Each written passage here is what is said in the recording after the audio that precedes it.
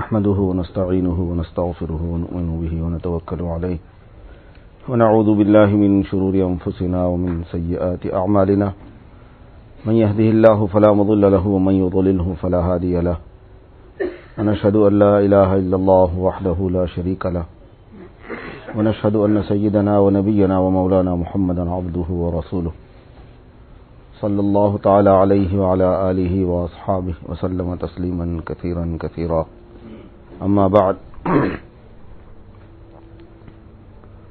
محترم بزرگوں اور بھائیوں،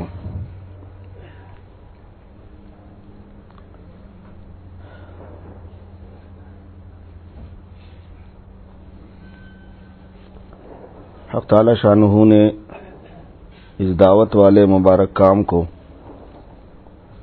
اس زمانے میں اپنے خصوصی فضل اور مہربانی کے ظہور کے طور پر وجود مرحمت فرمایا.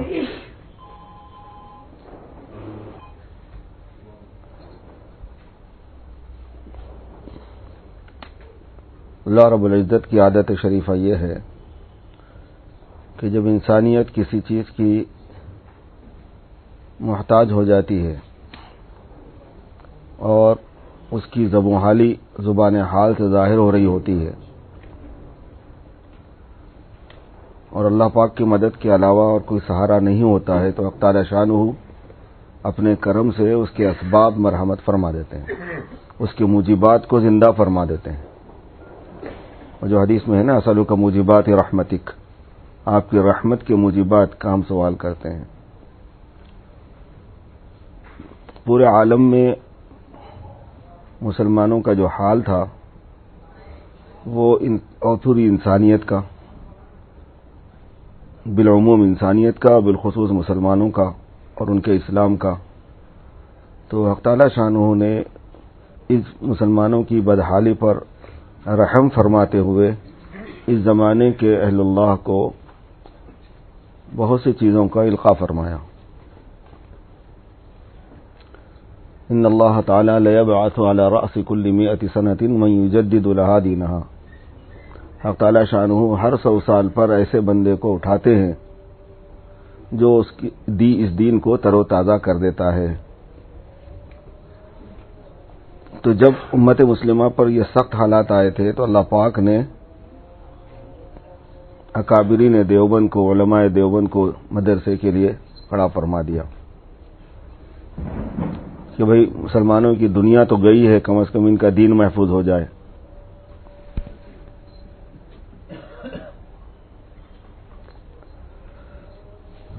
حضرت حاجی امداد اللہ صاحب رحمۃ اللہ علیہ سے ایک صاحب نے دارالعلوم دیوبند کے بارے میں دعا کے لیے کہا کہ حضرت دینی مدرسہ قائم ہوا ہے، اس کے لیے دعا فرمائی.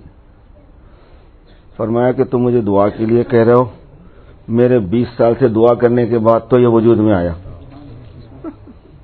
میں 20 سال سے اس دعا میں لگا ہوا تھا تو یہ مدرسہ وجود میں، تم مجھے مدرسے کے دعا کے لیے کہہ رہے ہو. تو اس طرح حق تعالی شانہ نے امت مسلمہ کے دین کی حفاظت کے اسباب ظاہر فرمانے شروع کر دیے. دارالعلوم دیوبند وجود میں آیا، اس کے ذریعے سے علم کا تحفظ ہوا، عمل کا تحفظ ہوا، دینیات کا تحفظ ہوا. لیکن ادارے جو ہوتے ہیں ان کا دائرہ کار جو ہے وہ ایک خاص انداز کا ہوتا ہے، اس کا ایک سرکل ہوتا ہے. عموم کو اور عوام کو عمومیت کے ساتھ میں فائدہ پہنچنے کی شکل اس میں اتنی نہیں ہوتی. تو پھر حق تعالی شانہ نے دعوت والے مبارک کام کو زندہ فرمایا. علم کی لائن سے خدمت کے واسطے مدرسہ وجود میں آیا اور لوگوں میں طلب اور دین کی حفاظت اور دین کا شوق اور دین کی پہچان آنے کے لیے دعوت والا عمل وجود میں آیا. اور یہ دونوں اللہ پاک کی طرف سے غیبی نظام کے تحت ظہور میں آئے.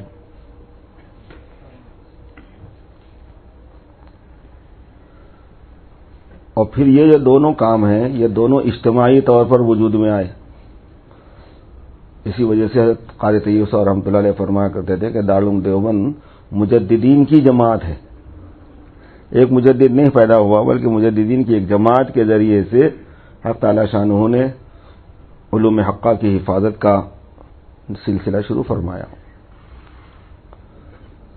دعوت کا کام یہ بھی جماعت کی شکل میں ظہور میں آیا، اجتماعیت کے ساتھ، جماعت کے ساتھ۔ انفرادی طور پر جو دین کی محنت ہوتی ہے اس کا اثر الگ ہوتا ہے، اجتماعی طور پر جو دین کی محنت ہوتی ہے اس کا اثر الگ ہوتا ہے۔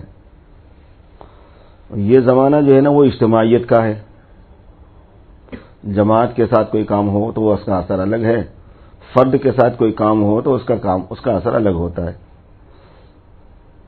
جماعت کے ساتھ برکت ہے، فرد کے ساتھ میں اتنی برکت نہیں ہوتی۔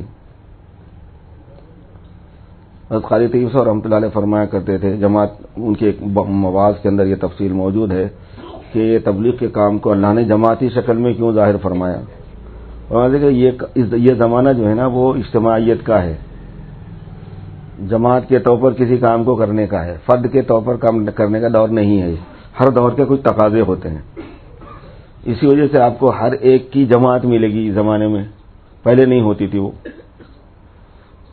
لیبر جو ہے پہلے الگ الگ ہوتے تھے، ان کی کوئی یونین نہیں ہوتی تھی۔ اب جو بیچارہ اس کا جو عاجر ہے، مستاجر ہے، اگر انہیں اچھا شریف ہے تو بیچارہ حق مل جاتا تھا اس کو، نہیں تو اس کا حق مارا جاتا تھا۔ مگر جب سے لیبر یونین وجود میں آئی تو ان کا گروپ وجود میں آیا، ان کا گروپ لیڈر وجود میں آیا۔ اب تھوڑی بھی زیادتی ان کے ساتھ میں کرو، پوری کی پوری کمپنی بند ہو جاتی، پوری فیکٹری بند ہو جاتی، ہڑتال ہو جاتی۔ یہ سلسلہ چلتا ہے۔ آٹو والوں کی یونین ہے، ٹیکسی والوں کی یونین ہے، آپ کو ہر چیز میں آپ کو یونین اور اجتماعیت ملے گی۔ دواخانوں کی یونین ہے، گروپ کی شکل میں ہو رہے دواخانے بھی، کوئی اکیلا ایک آدمی اپنا کلینک لگا لے کے نہیں چلا رہا، کوئی بڑے پیمانے پر نہیں چلا سکتا، پوری کمپنی بنتی ہے اس کی، لائروں کی کمپنی ہے پوری۔ لائر اب انفرادی طور پر نہیں کر رہے پریکٹس، جماعت کے ساتھ کرتے ہیں۔ تو ڈاکٹرز ہوں، لائر ہوں، انجینئر ہوں، ڈیزائنر ہوں، مکانات کے کنسٹرکشن کا کام کرنے والے ہوں، یہ سب آپ کو جماعتی شکل میں نظر آئیں گے اس زمانے میں۔ حق تعالی شانہ نے دعوت کی محنت کو بھی جماعتی شکل میں ظاہر فرمایا۔ اس جماعت کا اثر یہ ہوا کہ اللہ پاک نے اس جماعت کے کام کو پورے عالم میں جماعتی سطح پر ظاہر فرما دیا، اجتماعیت کے ساتھ میں ظاہر فرما دیا۔ جماعت کے بانیوں کو، ان کے مجددین کو اللہ پاک نے وہ فہم اور بصیرت عطا فرمائی، وہ پالیسی عطا فرمائی کہ اس پالیسی کے پیش نظر اللہ نے اس کے اندر اتنی وسعت دی اور اتنی اجتماعیت عطا فرمائی جس کی حد نہیں۔ مسائل میں مت جاؤ، علماء کی پنچایت سے بچ جاتے، سیاست میں مت جاؤ، جتنے پولیٹیشین ہیں ان کی پنچایت سے بچ جاتے۔ سمجھ میں آ رہا نہیں؟ آپ ان کی 6 نمبروں کے اندر بات کرو تو ادھر ادھر زگزاگ ہونے سے، اور عوام میں جب کام ہوگا تو عوام کو آپ منہ کھول دیں گے کہ جو چاہے تم بولو، تو وہ تو محفوظ نہیں رہیں گے پھر وہ۔ اسی وجہ سے دین کے جو کام میں ایسی پابندی عوام کے لیے نہیں ہے، آپ دیکھیں گے کہ وہاں گمراہی ہے، وہ لوگ گمراہی پھیلاتے رہتے ہیں، حق بات پہ جمے ہوئے نہیں ہیں۔ اس کے اثرات یہ ہوئے کہ اللہ پاک نے اس کو کسی ایک علاقے کے ساتھ یا کسی قوم کے ساتھ یا کسی ملک کے ساتھ میں قائم نہیں فرمایا، بلکہ اس کو پھیلا دیا پورے عالمی سطح پر۔ تو اس جماعت کے کام کا کوئی بارڈر نہیں ہے۔ عجیب بات یہ ہے، نہ آدمیوں کے اعتبار سے بارڈر ہے، نہ جگہ کے اعتبار سے بارڈر ہے، چونکہ عالمی کام ہونے کی وجہ سے بارڈر سے اباؤ ہے۔ کسی بھی قسم کے آدمی کو ایک ملک سے دوسرے ملک میں جانے کی سہولت ہے جماعت میں، چاہے وہ سیاسی آدمی ہی کیوں نہ ہو، بادشاہ کا بیٹا ہی کیوں نہ ہو، کوئی منسٹر ہی کیوں نہ ہو، کوئی خاص تنظیم کا آدمی ہی کیوں نہ ہو کسی ملک کے، انہیں جا سکتا ہے جماعت میں۔ بارڈر ہٹ گیا، کیوں؟ اس واسطے کہ یہ کام جو ہے وہ دنیاوی تعلقات پر مشتمل ہے نہیں ہے، اور دنیاوی حالات اور مسائل پر مشتمل ہے نہیں ہے، ایک دین کا تقاضا ہے۔ بھئی جب ان کو سیاست سے کوئی لینا دینا نہیں ہے تو سارے بارڈرز تو سیاسی ہوتے ہیں، لہذا ان کو جانے دو۔ تو پورے عالم میں ایک اجتماعیت کے ساتھ میں کام پہنچ گیا، پورے عالم میں پہنچا، اور ہر قسم کے لوگوں میں پہنچا، عالموں میں، جاہلوں میں، ڈاکٹرز میں، لائرز میں، انجینئرز میں، اور بہت بڑے بڑے بزنس مینز میں، اور سائنسدانوں سب میں کوئی طبقہ آپ کو نہیں ملے گا کہ جو اس دعوت کے کام سے متاثر نہیں ہے اور نہیں ہو رہا. حتیٰ کہ یوتھ میں، جوانوں میں، اسٹوڈنٹس میں، حتیٰ کہ مستورات میں، خواتین میں، سب جگہ اللہ پاک نے اس کو پھیلا دیا. اب ہوا یہ میرے دوستو بھائیوں کہ اس کام کی ایک خصوصیت ہے، یہ حرکت والا کام ہے اور موبائل ہے منتقل ہونے والا. تو جس کام کے اندر حرکت پائی جائے گی مسلسل اور موبائل ہوگا وہ، تو اس میں ترقی اور برکت بھی اسی لیول سے آئے گی. تو یہ ملٹیپل ہونے والا کام ہوا.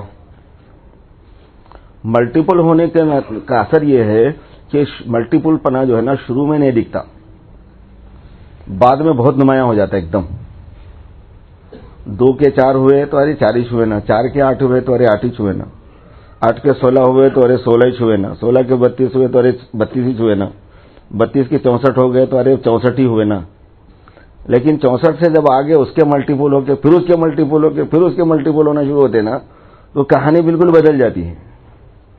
وہ سنا ہی ہوگا اپنے دعوت کے کام کی مثال بیان کرتے ہوئے، وہ جس نے شطرنج کا کھیل ایجاد میں لایا، وجود میں لایا، اس کی مثال سنائی جاتی ہے.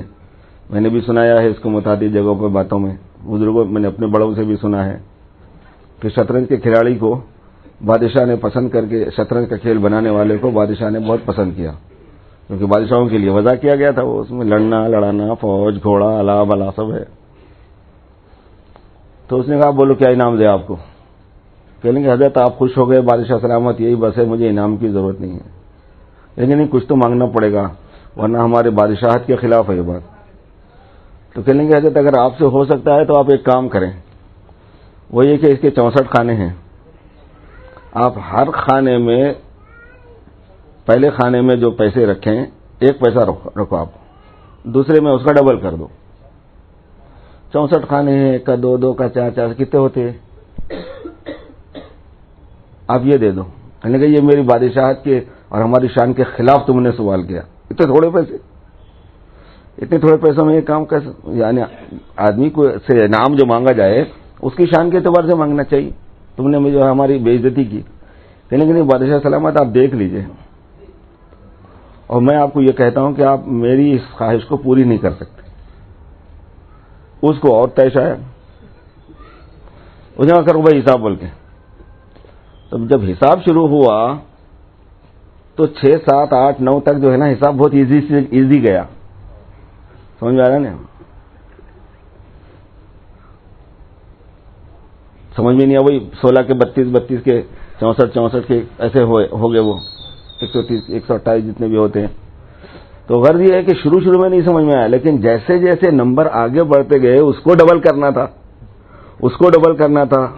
1000 کے 2000، لاکھ کے 2 لاکھ، 2 لاکھ کے 4 لاکھ، سمجھ میں آ گیا؟ کروڑ کے 2 کروڑ، ارب کے 2 ارب، خرب کے 2 خرب. سمجھ میں آ گیا؟ تو جب گیا تو پتہ چلا کہ بادشاہ کے خزانے میں اتنی گنجائش نہیں ہے کہ ایک کھانے کے حساب سے دوسرے کھانے کو ملٹیپل کر کے دیا جا سکے. اجتماعی کام جب ملٹیپل انداز میں ہوتا ہے، حرکت کے ساتھ، موبائل پنے کے ساتھ میں، تو اس کی اثرات ایسے ہوتے ہیں. اب اللہ تبارک و تعالی نے اس کام کو پوری دنیا میں پھیلا دیا، اور پوری دنیا میں ہر وقت جماعتوں کے نقل و حرکت شروع ہو گئی.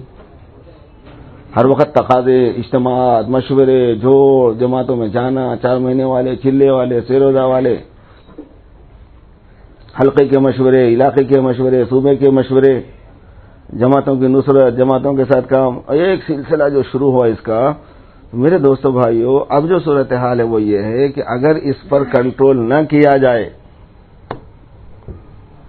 اگر اس پر کنٹرول نہ کیا جائے تو پوری دنیا میں اسلام کو پھیلنے سے کوئی چیز نہیں روک سکتی. دیکھنے کے اعتبار سے بالکل سمپل ہے، بہت ہی سادہ ہے، لیکن اس کی یہ خصوصیت کہ یہ اجتماعیت کے ساتھ ہوتا ہے، جماعت کے ساتھ ہوتا ہے، ایک مرکز کے ساتھ ہوتا ہے، ایک انتظام کے ساتھ ہوتا ہے، ایک امیر کے ساتھ ہوتا ہے. اور اس کی یہ خصوصیت کہ اس میں حرکت پائی جاتی ہے، قربانی پائی جاتی ہے. اور اس کی یہ خصوصیت کہ یہ اپنی جگہ پہ رہ کے نہیں کرتا، دوسری جگہ پہ جا کے کرتا ہے کام. سمجھ میں آ رہا نہیں؟ انتقالی محنت، نقل مکان کی جو محنت ہے، یہ جو خصوصیتیں ہیں اس کام کی، انہوں نے کام کا رنگ بدل دیا اس وقت. اور وہ یہ ہے کہ اب لاکھ سے 2 لاکھ، 2 لاکھ سے 4 لاکھ، 4 لاکھ سے 8 لاکھ، 8 لاکھ سے 16 لاکھ کی بات آ گئی ہے. تو اس لیے اب دشمنان اسلام کو اس کی فکر لگی ہوئی ہے کہ اس کو توڑو، اس کو پیسز میں لاؤ. بالکل تو نہیں رکھ سکتے، لیکن چھوٹے چھوٹے اگر پیسز بنا دیے نا تو اس کی برکت ختم ہو جائے گی، اس کی اجتماعیت ختم ہو جائے گی. لوگ جو ہے نا اس موجودہ انتشار کو اس پس منظر میں نہیں دیکھنا چاہ رہے ہیں، اور یہ سب سے بڑی غفلت ہے.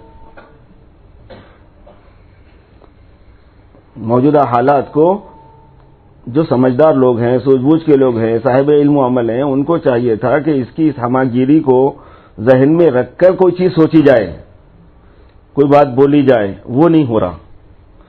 اس غفلت کا نتیجہ یہ ہوا کہ انتشار کی شکل وجود میں آ گئی. انتشار میں یہ ہے کہ آپ کو یہ نہیں بولا جائے گا کہ آپ کام مت کرو، سمجھ آ رہا نہیں، بلکہ یہ بولا جائے گا کہ تم کام کرو اور اپنی اپنے طور پر ذمہ داری تم خود لو. پتہ نہیں بات لیں گے نہیں لیں گے آپ لوگ. جس وقت خلافت عثمانیہ تھی، ایک ہی حکومت تھی مسلمانوں کی، خلافت عثمانیہ. ترکیہ جو ہے نا خلافت، ترک جو ہے نا خلافت کی جگہ تھی، مگر وہاں سے لے کے کاشغر تک اس کے اثرات تھے. نیل کے ساحل سے لے کر تا بحد کاشغر، سنا ہوا ہے نا آپ لوگوں نے علامہ اقبال کا شعر. بہت اثرات پھیلے ہوئے تھے اس کے، عالم پہ اس کا اثر تھا. مگر اس اجتماعیت میں اگرچہ کہ کوئی زیادہ حرکت بھی نہیں تھی، وہ بھی نہیں تھی، لیکن بڑا ہونے کی حیثیت سے اس کے بے شمار اثرات ظاہر ہو رہے تھے خود ہی. دشمن کو اس بات کی فکر ہوئی کہ کیا کرنا چاہیے. انہوں نے کہا کہ اس کو پیسز میں کرو. خلافت عثمانیہ کو توڑنا بہت سے اسلامی مملکتوں کے وجود میں آنے کا ذریعہ بنا. سمجھ میں آ گئی بات. ایک بڑا توڑ دیا گیا تو بہت سے چھوٹے چھوٹے وجود میں آ گئے، لیکن وہ جو بہت سے چھوٹے چھوٹے وجود میں آئے بے وزن آئے، کیونکہ ایک بڑے میں وزن ہوگا، بہت سے چھوٹوں میں کوئی وزن نہیں ہوگا. یہی وجہ ہے کہ خلافت عثمانیہ کے ختم ہونے کے بعد میں جو مملکتیں وجود میں آئیں چھوٹی چھوٹی، یہ عراق ہے، یہ شام ہے، یہ سعودیہ ہے، یہ کویت ہے، یہ متحدہ عرب امارات ہے، یہ فلاں ہے، یہ سمجھ میں آ گیا کیا دم ہے ان میں، کیا طاقت رہی ان میں. اب ہر تھوڑے دن کو ایک کو کاٹنا کھانا، ذبح کرنا، بکرے پالنے کی ویسی بات ہے. یہ نقصان ہوا اس کا کہ امت کا شیرازہ بکھر گیا. بظاہر بہت مملکتیں وجود میں آ گئیں، لیکن وہ ایک بڑی نہیں رہی.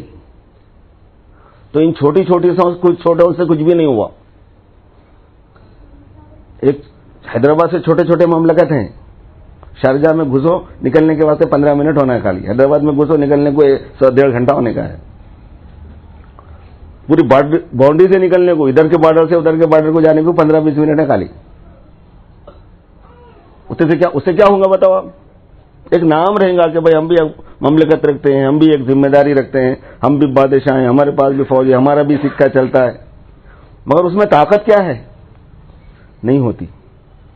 اس نزاکت کو سمجھنا ہے کہ اس وقت جو اسلام کے مخالف لوگ ہیں، مسلم مخالف لوگ ہیں، مسلمانوں میں کسی کام کو ہوتا ہوا دیکھنا پسند نہیں کرتے، ان کی ترقی انہیں پسندیدہ نہیں ہے. ان لوگوں کے ذہن میں یہ بات ہے، وہ چاہتے یہ ہیں کہ اس کو پیسز میں کر دیا جائے، توڑ دیا جائے. اگر ہم پیسز ہونے دے دیے گئے، دشمن کامیاب ہو گیا. اور اگر ہم نے اس کی حفاظت کی کہ اس کو پیس ہونے توڑنے نہ دیا جائے، ہم دشمن کی اسکیم کو فیل کر دیں گے. اور دشمن کی اسکیم فیل ہو کامیاب ہو، اس سے ہم کو بحث نہیں ہے، چونکہ ہم دشمن ہمارا موضوع ہے ہی نہیں. دین کی خدمت ہو جائے عالمی پیمانے پر، امت مسلمہ کی حفاظت ہو جائے، تربیت ہو جائے، تعلیم ہو جائے، امت کی خدمت ہو جائے. اس میں اگر کامیابی ہم چاہتے ہیں تو ہمیں اجتماعیت کو زندہ رکھنا ہوگا. اب اس اجتماعیت کا شیرازہ بکھیرنے کے لیے، توڑنے کے لیے کیا کرنا ہے؟ تو ظاہر ہے کہ اس میں ایسے لوگوں کو استعمال کرنا پڑتا ہے کہ جو کہ اس زبان کو بولنے والے ہوں، اس آئیڈیا سے واقف ہوں، اس کا تجربہ رکھتے ہوں، لوگوں کے لیے مانوس ہوں. ایسا چکر چلتا ہے اس میں. جب بھی اجتماعی کاموں میں سے خلل آتا ہے تو آپ اندازہ کریں گے. اور جو طاقتیں استعمال کرنے والی ہیں وہ، اور جن کو استعمال کیا جا رہا ہے وہ، ان کو پتہ ہی نہیں چلتا. یوز ہونے والے کو نہیں پتہ چلتا کہ میں کس کے لیے استعمال ہو جا رہا ہوں. اس کے پاس میں بھی اخلاص کا بہت بڑا پہاڑ رہتا، اس کے پاس میں بھی دلائل کا بہت بڑا پہاڑ رہتا. شکل ایسی بنائی جاتی ہے اس کی. اسٹریٹجی بولتے جو اس کو، حکمت عملی بولتے ہی اس کو کہ اس کو سکسیسفل ہونے کے لیے کرنا کیا ہے، کامیاب ہونے کے لیے کرنا کیا ہے۔ اس وجہ سے میرے دوستو بھائیوں، چونکہ ہم اطاعت کے ساتھی ہیں اور ہم اس ہماری نشستیں اور ایسی نشستوں سے ہمارا مقصود اصلی یہ ہے کہ جو اطاعت والے ساتھی ہیں وہ اپنی اطاعت میں بشاشت کے ساتھ اطاعت کے ساتھ ہی چلیں، اپنے امیر کو مان کے چلنا ہے، اپنے مرکز کو مان کے چلنا ہے، اپنی اجتماعیت کو مان کے چلنا ہے، کسی کے خلاف کوئی بات بولنا نہیں ہے۔ بات یہ ہے کہ ہمارے ساتھیوں کے اندر تزلزل نہ آئے، ڈھیلے نہ ہوں اور وہ کنفیوژن کا شکار نہ ہوں، اور اشتباہ شبہ میں ڈالنے والی چیزیں، کنفیوز کرنے والی بہت سی چیزیں پیش آ رہی ہیں، وہ چیز باقی نہ رہے، اس کے لیے تسلی کا کچھ سامان ہو جائے، اس کے لیے یہ مذاکرے ہیں۔ تو یہ کہانی کیسے چلی اور کیسے اس کے راستے بنے، عام میں اور آپ اندازہ نہیں کر سکتے ہیں یہ کیسا ہوتا ہے، اور ہر زمانے میں ہوا یہ، اور ہر جگہ ہوا یہ۔ اب آپ حیرت کریں گے ایسی ایسی جگہ ہوا جس کی حضرت مولانا قاری طیب صاحب رحمۃ اللہ علیہ دارالعلوم دیوبند کے جو محتمم تھے 55 سال، جنہوں نے ماشاءاللہ اہتمام کا فریضہ انجام دیا، اور قاسم نانوتوی رحمۃ اللہ علیہ کے پوترے تھے۔ اب تعالیٰ شاہ انہوں نے عجیب علم ان کو عطا فرمایا تھا، شارح علوم قاسمیہ ان کو کہا جاتا ہے، متکلم اسلام ان کو کہا جاتا ہے، خطابت کی دنیا کا بے تاج بادشاہ ان کو کہا جاتا ہے، کیونکہ انہوں جو بیان کرتے تھے تو مختصر بیان کرے تو 3 گھنٹے چاہیے ہوتے تھے اس کو۔ ایک مرتبہ حیدرآباد بھی آئے تھے، کہنے کہ میری طبیعت خراب ہے، میں بہت مختصر بیان کروں گا، تو 3.5 گھنٹے بیان کر کے بولے چونکہ میری طبیعت خراب ہے میں اس سے زیادہ نہیں بول سکتا بولے۔ اور بہت جوشیلے نہیں تھے، بہت جوش میں آ کے نہیں بولتے تھے، بہت ہی ٹھنڈے انداز میں بات کرنے کے عادی تھے، لیکن مخاطب کو ایسا انوالو کر لیتے تھے کہ پن ڈراپ سائلنٹ، سناٹا چھا جاتا تھا۔ 5 گھنٹے 6 گھنٹے 7 گھنٹے کے بیانات ہیں ان کے ایک ہی نشست میں۔ عجیب آدمی تھے وہ، اور علوم کا ایک سمندر، ایک دریا جب بہنے شروع ہو جاتا تھا، بہنے لگتا تھا۔ تو حضرت مولانا جو ہے نا، ان کی جوانی کے وقت میں ان کو محتمم بنا دیا گیا۔ ان لوگ سمجھا رہے ہوئے اچھا ہے اس کو محتمم بنا دیا، نہیں کیا سمجھ۔ اس وقت کے جو بڑے بڑے تھے ان کو تھوڑا سا شکایت ہو گئی، مناسبت نہیں ہوتی نا بعض مرتبہ، بعض نئے آدمی سے مناسب، پرانے کام کرنے والوں کو نئے آدمی سے مناسبت نہیں ہوتی، بعض مرتبہ سمجھ میں نہیں آتا وہ، اور بعض چیزوں میں تھوڑا سا مرضی کے خلاف بھی ہو جاتی ہے چیزیں، تو اور زیادہ الرجی ہو جاتی ہے۔ تو اس میں آپ حیرت کریں گے، جو لوگ واقف ہیں دارالعلوم دیوبند کی تاریخ سے ان کو پتا ہے کہ مولانا انور شاہ کشمیری جیسی شخصیت اور مولانا شبیر عثمانی جیسی شخصیتوں نے دارالعلوم کو چھوڑ کر ڈابل چلے گئے تھے لوگ۔ حضرت انور شاہ کشمیری بہت بڑے محدث جلیل، حق تعالی شاہ نے بڑا نوازا ان کو۔ حضرت مولانا شبیر احمد عثمانی تفسیر عثمانی والے بہت مشہور ہیں، اور ان کے ساتھ کے بہت سے لوگ، یہ لوگ چھوڑ دیے۔ مگر اس کی وجہ سے نہ حضرت قاری طیب صاحب کے بارے میں یہ بات لگائی گئی کہ بھئی یہ غلط محتمم ہوئے، ان کو ہٹاؤ، سمجھ آ رہا ہے؟ نہ ان لوگوں پر یہ تہمت رکھی گئی کہ بھئی یہ کیسے لوگ تھے، مخلص نہیں تھے، یہ تھے وہ تھے۔ وہ اخلاص کا پہاڑ تھے وہ لوگ، علم کا جبال علم تھے، جبال عمل تھے، جبال اخلاص تھے، وہ چلے گئے اور آخر تک وہیں رہے وہ، دارالعلوم دیوبند واپس نہیں آئے لوگ۔ حق تعالی شانہ نے ہر زمانے میں ایسے حالات دکھائے امت کو، لیکن امت ایسے حج کو لے کھاتی ہے، اور یہ حج کو لے کھانے کے بعد میں پھر سنبھل جاتی ہے، یہ اس کی خاص بات ہے۔ حج کو لے کھانا پھر سنبھلنا، پلٹنا جھپٹنا، جھپٹ کر پلٹنا، لہو گرم رکھنے کا ہے ایک بہانہ۔ حرکت لاتے رہیں گے تو اس کے اندر جو ہے نا ایک تازگی رہتی، خراب نہیں ہوتی چیز، سلیکشن ہوتے رہتا ہے، چھانٹ کاٹ ہوتی رہتی ہے، بہت سے سائیڈ افیکٹ ہیں اس کے، بینیفٹس ہیں اس کے۔ اس لیے علامہ اقبال نے کہا کہ شکرا جا کے جو ہے کبوتر کو فاختہ کو سیدھا بھی پکڑ لے سکتے نا بھائی، مگر ویسا نہیں کرتا انہیں، اس کو پکڑتا لپٹتا گول پھرتا یہ کرتا وہ کرتا ہے، لپٹنا پلٹنا، پلٹ کر جھپٹنا، جھپٹنا پلٹنا، پلٹ کر جھپٹنا، لہو گرم رکھنے کا ہے ایک بہانہ۔ حق تعالی شانہ کی طرف سے اب ان کی حکمت بالغہ سے بڑے بڑے کاموں میں اس طرح کی چیزیں آیا کرتی ہیں، اپنے کو گھبرانا نہیں ہے اس میں۔ یہ سنانے کا مقصود یہ ہے کہ اس سے زیادہ آدمی کو فکر مند ہونے کی ضرورت نہیں ہے، مشتعل ہونے کی ضرورت، پریشان ہونے کی ضرورت نہیں ہے۔ حق تعالی شانہ مہربانی فرمانے کے فیصلے سے کام کیے ہیں تو مہربانی فرمائیں گے، اور اگر اس میں ان کی مہربانی کا اتنا ہی دائرہ تھا ہوگا، یعنی اتنی ہی مہربانی طے کیے ہوں گے، تو کوئی دوسرا بدل بھی نہیں سکتا اس کو، تقدیری فیصلوں کو تو کوئی تھوڑی چینج کر سکتا ہے۔ تو اس لیے چھوٹی چھوٹی باتوں کو بنیاد بنا کے امت میں انتشار کا ایک سبب ظاہر کر دیا گیا، ایسا ہو گیا۔ سب جانتے ہیں کہ سب سے پہلے مولانا سعد صاحب کے خلاف جو مسئلہ چلا ہمارے امیر کے خلاف، تو وہ یہ تھا کہ منتخب حدیث انہوں نے لے کے آ گئے، منتخب پڑھو بول رہے ہیں، منتخب پڑھو بول رہے ہیں۔ انہیں کیا غلط کام کرو بولے تھے انہوں؟ حضرت مولانا یوسف صاحب رحمۃ اللہ علیہ نے 6 نمبر کے موضوع پر جن احادیث کو ذخیرے کو جمع فرمایا تھا ان کو مولانا نے چھاپا، ترجمہ کرایا، لوگوں میں بٹوایا اور کہا کہ بھائی اس کو بھی پڑھو۔ اور جب ان پر اعتراض بھائی فضائل اعمال کو چھوڑ کے یہ کیوں پڑھنا، وقت کا امیر ہے، وہ ذمہ دار آدمی ہے، اس کے ذہن میں یہ بات آ رہی ہے کہ یہ ہونا چاہیے تو ہونا چاہیے، اس میں کیا بات ہے، تازگی آئے گی امت میں۔ پھر ان سے پوچھا گیا، انہوں نے اس کی وضاحت تقریر شروع کر دی کہ بھائی 6 نمبر کے موضوع پر کوئی کتاب لکھی ہوئی نہیں ہے باضابطہ، فضائل اعمال بھی نہیں ہے 6 نمبر کے موضوع پر باضابطہ پورے 6 نمبروں کے اوپر۔ تو اس لیے حضرت یوسف صاحب کو یہ فکر تھی تو انہوں نے یہ مواد جمع کیا تھا، میں نے اس کو چھاپ دیا ہے۔ تو ہمارے ساتھیوں کو 6 نمبر کے مذاکرے میں مدد ملے گی، کیونکہ اگر نہیں ہوتا مواد ایک جگہ تو ڈھونڈ کے ادھر ادھر سے لانے میں سب ساتھی تو فکر مند ہوتے نہیں، تو پھر اپنے بیانات میں اونچ نیچ کر دیتے ہیں وہ پروگرام۔ یہی وجہ ہے کہ بیانات میں بہت غلطیاں کر جاتے ہیں۔ تو اس کی وجہ سے کہ ہمارے ساتھیوں کو ایک جگہ مواد ملے، یہ میں نے کیا۔ پھر فضائل اعمال پر لوگ جو ہے نا نکتہ چینی بہت کرتے ہیں، حالانکہ وہ کتاب پوری طرح قابل اعتبار ہے علماء کے پاس، لیکن جاہلوں کا منہ روک تو نہیں سکتے نا آپ۔ تو اس میں عربوں میں جب دین دعوت کا کام یہ پہنچا تو وہاں یہ کہا گیا کہ فضائل اعمال کی جگہ ریاض الصالحین لگا دو ان کو، کیونکہ ریاض الصالحین وہاں کی متفق علیہ کتاب ہے، امام نبوی رحمۃ اللہ علیہ کی فضائل کے اندر ہے، وہ بھی مقصد اصلی تو یہی ہے، لہذا ریاض الصالحین پڑھو۔ لیکن بیرون دنیا میں عربوں کے علاوہ عجم بھی بہت بڑی تعداد میں ہیں جو کہ فضائل کے اوپر تنقیدی ذہن رکھتے ہیں۔ کہا کہ اس وجہ سے عالمی کام ہو گیا ہے تو لہذا یہ منتخب احادیث کو پڑھا جائے تو ان لوگوں کو بھی اعتراض نہیں رہے گا کہ یہ ضعیف ہے، یہ وہ ہے، یہ قصہ ہے، یہ واقعہ ہے، یہ کہانی ہے، ایسی باتیں نہیں ہونی چاہیے۔ بالکل صاف سیدھا قرآن پاک کی آیتیں ہیں اور حدیث مبارکہ ہے۔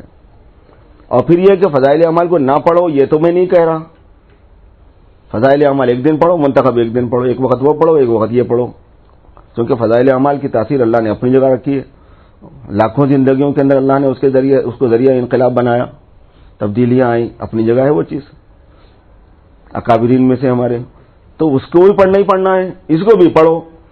اب مولانا بار بار یہ تقریر کرتے رہے بیانات میں اپنے، میں نے بھی سنی متعدد مرتبہ ان کی یہ بات، لوگوں کو اطمینان ہو گیا، لوگوں نے پڑھنا شروع کر دیا بہت، اب پوری دنیا میں چل پڑی منتخب، فضائل بھی پڑھی جاتی ہے، منتخبات بھی پڑھے جاتے ہیں۔ کہیں کہیں لوگوں کو ابھی آبجیکشن ہے تو وہ لوگ وہاں کے لوگ نہیں پڑھتے ہیں، مگر وہ ایک جزوی رہ گئی چیز، وہ مطلب چھوٹے محدود پیمانے پر رہ گیا ہے وہ۔ اکثر یہ آپ کسی ملک میں جاؤ وہاں منتخب پڑھی جاتی ہے، فضائل اعمال بھی پڑھے جاتے ہیں، منتخب بھی پڑھے جاتے ہیں۔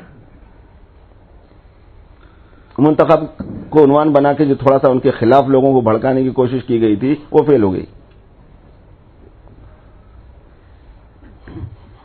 جو لوگ سمجھدار ہیں اجتماعی اعمال کے، ان لوگوں کو اندازہ ہو سکتا ہے اس بات کا کہ اگر صرف یہی ایک اختلافی چیز تھی، نہیں تو اس ٹاپک کے اوپر یا تو اختلاف باقی رہنا تھا یا ختم ہو جانا تھا، بات یہیں اینڈ ہو جانی چاہیے تھی۔ مگر جیسے ہی یہ مسئلہ ٹھنڈا پڑا تو بات آگے نکل گئی، ایک دوسرا ایشو، یہ ایک ایشو کے بعد دوسرا ایشو کیا ہے، یہ ہمارے ساتھی اس بات پہ کیوں غور نہیں فرماتے؟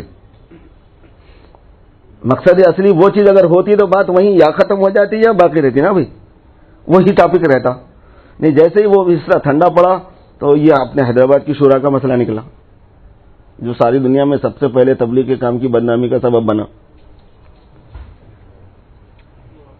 وہ ہم حیدرآباد کی شورا نہیں مانتے، اس میں کیا ایسی بات تھی؟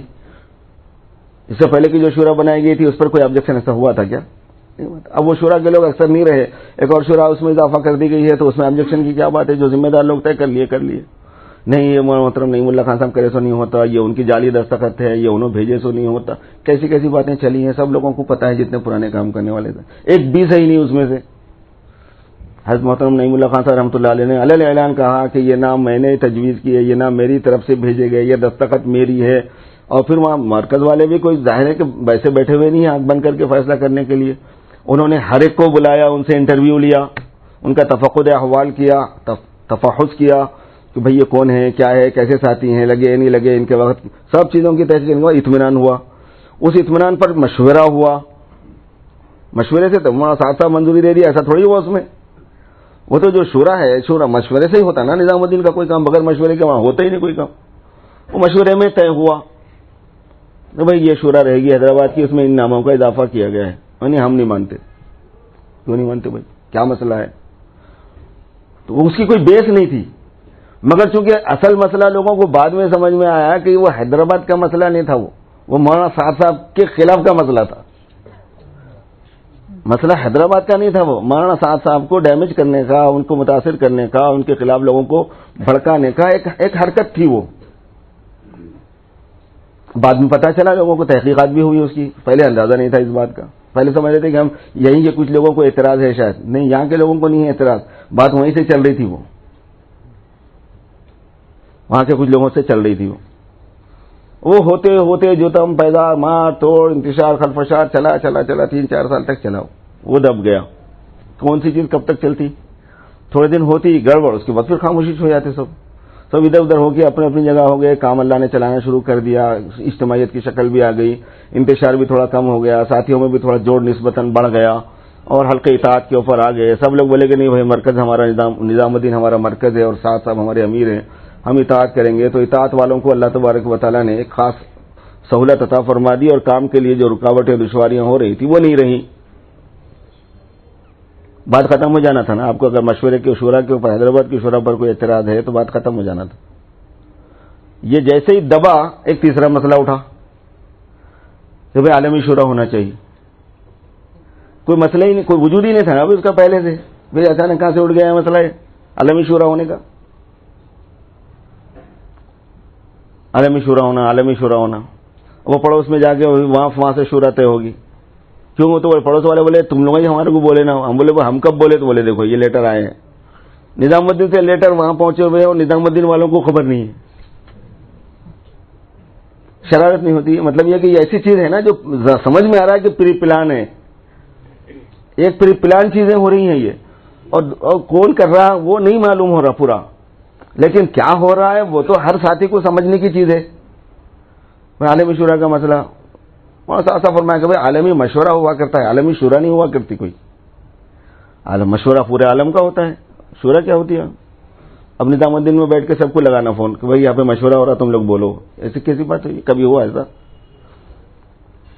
تو بولے بھائی نظام الدین پر کوئی حاکم نہیں ہے دعوت کے معاملے میں، نظام الدین حاکم ہے پوری دنیا پر. دوسری جگہ طے کر کے آپ یہاں پہ نہیں تھوپ سکتے کوئی چیز، یہاں طے کرے تو چیز پوری دنیا میں ڈسٹریبیوٹ کی جائیں گی. تبلیغ کے معاملے میں، دعوت کے معاملے میں بالکل صحیح ترتیب زمانے سے چل رہی ہے، وہ پہلے سے چل رہی ہے. وہ بہرحال یہ کہ وہ عالمی شورا کے مسئلے کو جو ہے نا نہیں مانا مولانا نے. اللہ تبارک و تعالیٰ کی کرنی یہ ہوئی کہ اللہ پاک نے حفاظت بھی فرمائی، چونکہ پھر عالمی شورا کے اندر جو لوگ تھے ان کے ساتھ بہت سی تہمتیں لگ گئی بعد میں. اگر خدا نہ خواستہ وہ لوگ ہوتے تو یہ نظام الدین بھی پھنستا اس میں. اللہ نے بچا لیا. یہ قصہ ابھی ختم بھی نہیں ہوا، پتہ نہیں پہلے سے پلان تھا کیا تھا. ایک اسکینڈل سامنے آ گیا. اگر اسکینڈل پہلے سے آنا طے تھا پھر اس میں نظام الدین کو پھنسانا چاہ رہے ہوں تو کوئی تعجب کی بات نہیں ہے. جو سمجھنے والے ہیں وہ اچھی طرح سمجھ سکتے ہیں اس بات کو. خیر اللہ نے اس بڑے فتنے سے بچا لیا، مولانا کو بھی، مرکز کو بھی بچا لیا، اس بڑے دعوت والے کام کو بچا لیا. اللہ کی بہت بڑی مہربانی ہو گئی کہ عالمی شورا نہیں بنی. آج جو ہے نا عالمی شورا اگر بنی بھی ہوتی تو مرکز پہ بڑی مصیبت اور افتاد آئی بھی ہوتی. عالمی شورا کا مسئلہ ختم ہو گیا نا. بات ختم ہو جانا چاہیے تھا. ایک آدمی کام کر رہا اس کو کام کرنے دینا تھا. میرے کو تو گھسم گھسا کرنا ہے اصل میں ایک دوسرے منشے سے لگا ہوا ہوں کام کے پیچھے. ان کو امیر کون بنائے؟ اب وہ مسئلہ جب ٹھنڈا پڑ گیا، ان کو مولانا صاحب کا امیر کون بنائے، یہ مسئلہ چلا. ارے کون بنائے کیا بھائی؟ ایک آدمی امارت کر رہا ہے ایک زمانے سے، اور کون بنائے کیا؟ کون سنبھال رہا ہے؟ کون انتظام کر رہا ہے؟ ڈومینیشن کس کا ہے؟ وہ کھیل ہے کوئی معاملہ چلا. اب چھوٹا سا مدرسہ چلا کے دیکھو، چھوٹا سا ادارہ چلا کے دیکھو، پتہ چل جاتا ہزاروں لوگوں کی آمد و رفت ہے. پوری دنیا کے تقاضے آتے رہتے ہیں، پوری دنیا کے مشورے ہوتے ہیں، پوری دنیا کی ذمہ داریاں تقسیم کی جاتی ہیں، پوری دنیا میں جماعتیں بھیجی جاتی ہیں، آنے جانے والوں کو کھانا کھلایا جاتا ہے، رہائش کا انتظام کیا جاتا ہے. یہ وہ اللہ مطلب کوئی ابھی بنگلہ دیش کے اجتماع میں 142 ملکوں کے لوگ جمع تھے. کتنے ہیوج اسکیل کے اندر کام ہے وہ کوئی معمولی انتظام نہیں ہے وہاں کا. ان کو امیر کون بنائے؟ یہ مسئلہ اٹھا دی. امیر مقرر ہونے کے واسطے میں نے کتاب میں جب تحقیق کی اس مسئلے کی تو حضرت شاہ ولی اللہ صاحب رحمۃ اللہ علیہ کی کتاب میں اس کی تحقیق ملی. انہوں نے جو بحث کی ہے وہ تو خلافت المسلمین امیر المومنین جو ہوتا ہے نا اس کے بارے میں کی ہے، مگر ہم اس کو قیاس کر کے یہاں منطبق کر رہے ہیں کہ اس واسطے کہ یہ بھی ایک بہت بڑے پیمانے پر، بہت بڑی تعداد کے اوپر، بڑے سرکل کے اوپر، بہت بڑے کام پر ذمہ داری کا مسئلہ ہے، تو بہت حد تک اس سے مشابہت ہے، اسی مشابہت کی وجہ سے قیاس کیا جا رہا ہے۔ تو حضرت شاہ صاحب رحمۃ اللہ علیہ نے لکھا ہے کہ امیر جو مقرر ہوتا ہے وہ کبھی کبھی تو ایسا ہوتا ہے کہ آٹومیٹکلی ہو جاتا ہے، آٹومیٹکلی امیر ہو جاتا ہے، حتیٰ کہ حضرت شاہ صاحب نے یہاں تک لکھا ہے کہ حضرت علی رضی اللہ تعالیٰ عنہ ایسے ہی امیر ہوئے ہیں، امیر المومنین خلیفۃ المسلمین جو بنے، کیوں؟ اس واسطے کہ عمر رضی اللہ تعالیٰ عنہ نے جن لوگوں کے نام دیے تھے جب ایک ایک کر کے وہ ختم ہو گئے، صرف حضرت علی تنہا رہ گئے، تو اب کون تھا؟ وہی تھے، لہذا وہ امیر بن گئے۔ یہ لکھا حضرت شاہ صاحب نے لکھا ہے بعد آپ کا۔ پھر حاشیے پہ ایک بات لکھی ہوئی ہے، وہ یہ ہے کہ انصار اور مہاجرین کی ایک بڑی تعداد مدینہ منورہ میں ان کے ہاتھ پہ بیعت کی، پھر اس خطوط جو ہے نا روانہ کیے گئے، یہ بات حاشیے پہ لکھی ہوئی ہے۔ ہم حاشیے والی بات کو بھی مان لیں، کوئی حرج نہیں ہے، متن والی اصل کتاب والی بات کو بھی مان لیں، کوئی حرج نہیں ہے، کیونکہ اصل کتاب میں ذکر کرنا اس کی دلیل ہے کہ یہ بات صحیح ہے، ایسا بھی ہو سکتا ہے، نہیں تو شاہ صاحب کیوں لکھتے اتنے بڑے عالم؟ شاہ صاحب بولے تو ہندوستان میں دین کا علم، قرآن کا حدیث کا جن کے راستے سے آیا وہ آدمی ہے۔ شاہ صاحب بولے تو، شاہ ولی اللہ صاحب بولے تو پورے علماء دیوبند کے سب سے بڑے، مکتبہ دیوبندی کے سب سے بڑے آدمی وہ شاہ ولی اللہ کہلاتے ہیں۔ انہوں نے ایک طریقہ یہ لکھا ہے، دوسرا طریقہ لکھا ہے کہ سیطرہ، یعنی کسی چیز پر آدمی کو کمانڈ مل گیا اور اس کے انتظام کو سنبھال لیا، اس کو ڈومینیٹ کر لیا، تو اس کی امارت منعقد ہو جاتی ہے، وہ امیر ہو گیا، اس کی اطاعت سب کے ذمہ واجب ہو جاتی ہے۔ تو ان کو تو 20 سال سے سیطرہ حاصل ہے، استیلا حاصل ہے، 20 سال سے انہوں نے اس کو ظاہر عملاً قابو پائے ہوئے، اس کے اوپر کر ہی رہے وہ کام، وہ طریقے سے بھی انہوں امیر بنتے ہی بنتے ہیں۔ مسئلہ شورا کا تھا کہ بھائی شورا بناؤ، تو مولانا فرمایا کہ بھائی نظام الدین میں کون سا کام بغیر مشورے کے ہوتا ہے؟ ٹائم مقرر ہے، مشورہ روزانہ ہوتا ہے، ہر جزیے پہ مشورہ ہوتا ہے، ساری کاپی بنائی جاتی ہے، برس ہاں برس کی کاپیاں پڑھی ہوئی ہوں گی نظام الدین کے اندر، کوئی بھی آدمی کبھی بھی مشاہدہ کر سکتا ہے، بغیر مشورے کو تو یہاں نہیں ہو سکتا۔ نہیں بولے نامزد شورا ہونا، فلاں فلاں فلاں فلاں فلاں نام کے شورا ہونا، مولانا بولے جھگڑا ختم کرنے کے لیے، انتشار ختم کرنے کے لیے، ٹھیک ہے وہ شورا بنا دی، شورا بھی بنا دی۔ اب شورا نہیں ہے ویسی بات نہیں ہے، نامزد شورا بھی ہے مرکز کی۔ نامزد شورا بنانے کے بعد میں مسئلہ یہ تھا کہ بھئی یہ شورا کس کو مشورہ دیں گی، اس کا امیر کون رہے گا؟ شورا کا کام تو مشورہ دینے کا ہے نا بھائی، ڈیسیژن لینے کا تو نہیں ہوتا، تو ڈیسیژن کون لیں گا، مشورہ کس کو دیا جائے گا؟ تو سب شورا والے بولے آپ ہیں نا بھائی، آپ ذمہ دار ہیں، آپ امیر ہیں۔ صاحب کو مولانا صاحب شورا سے امیر بن گئے۔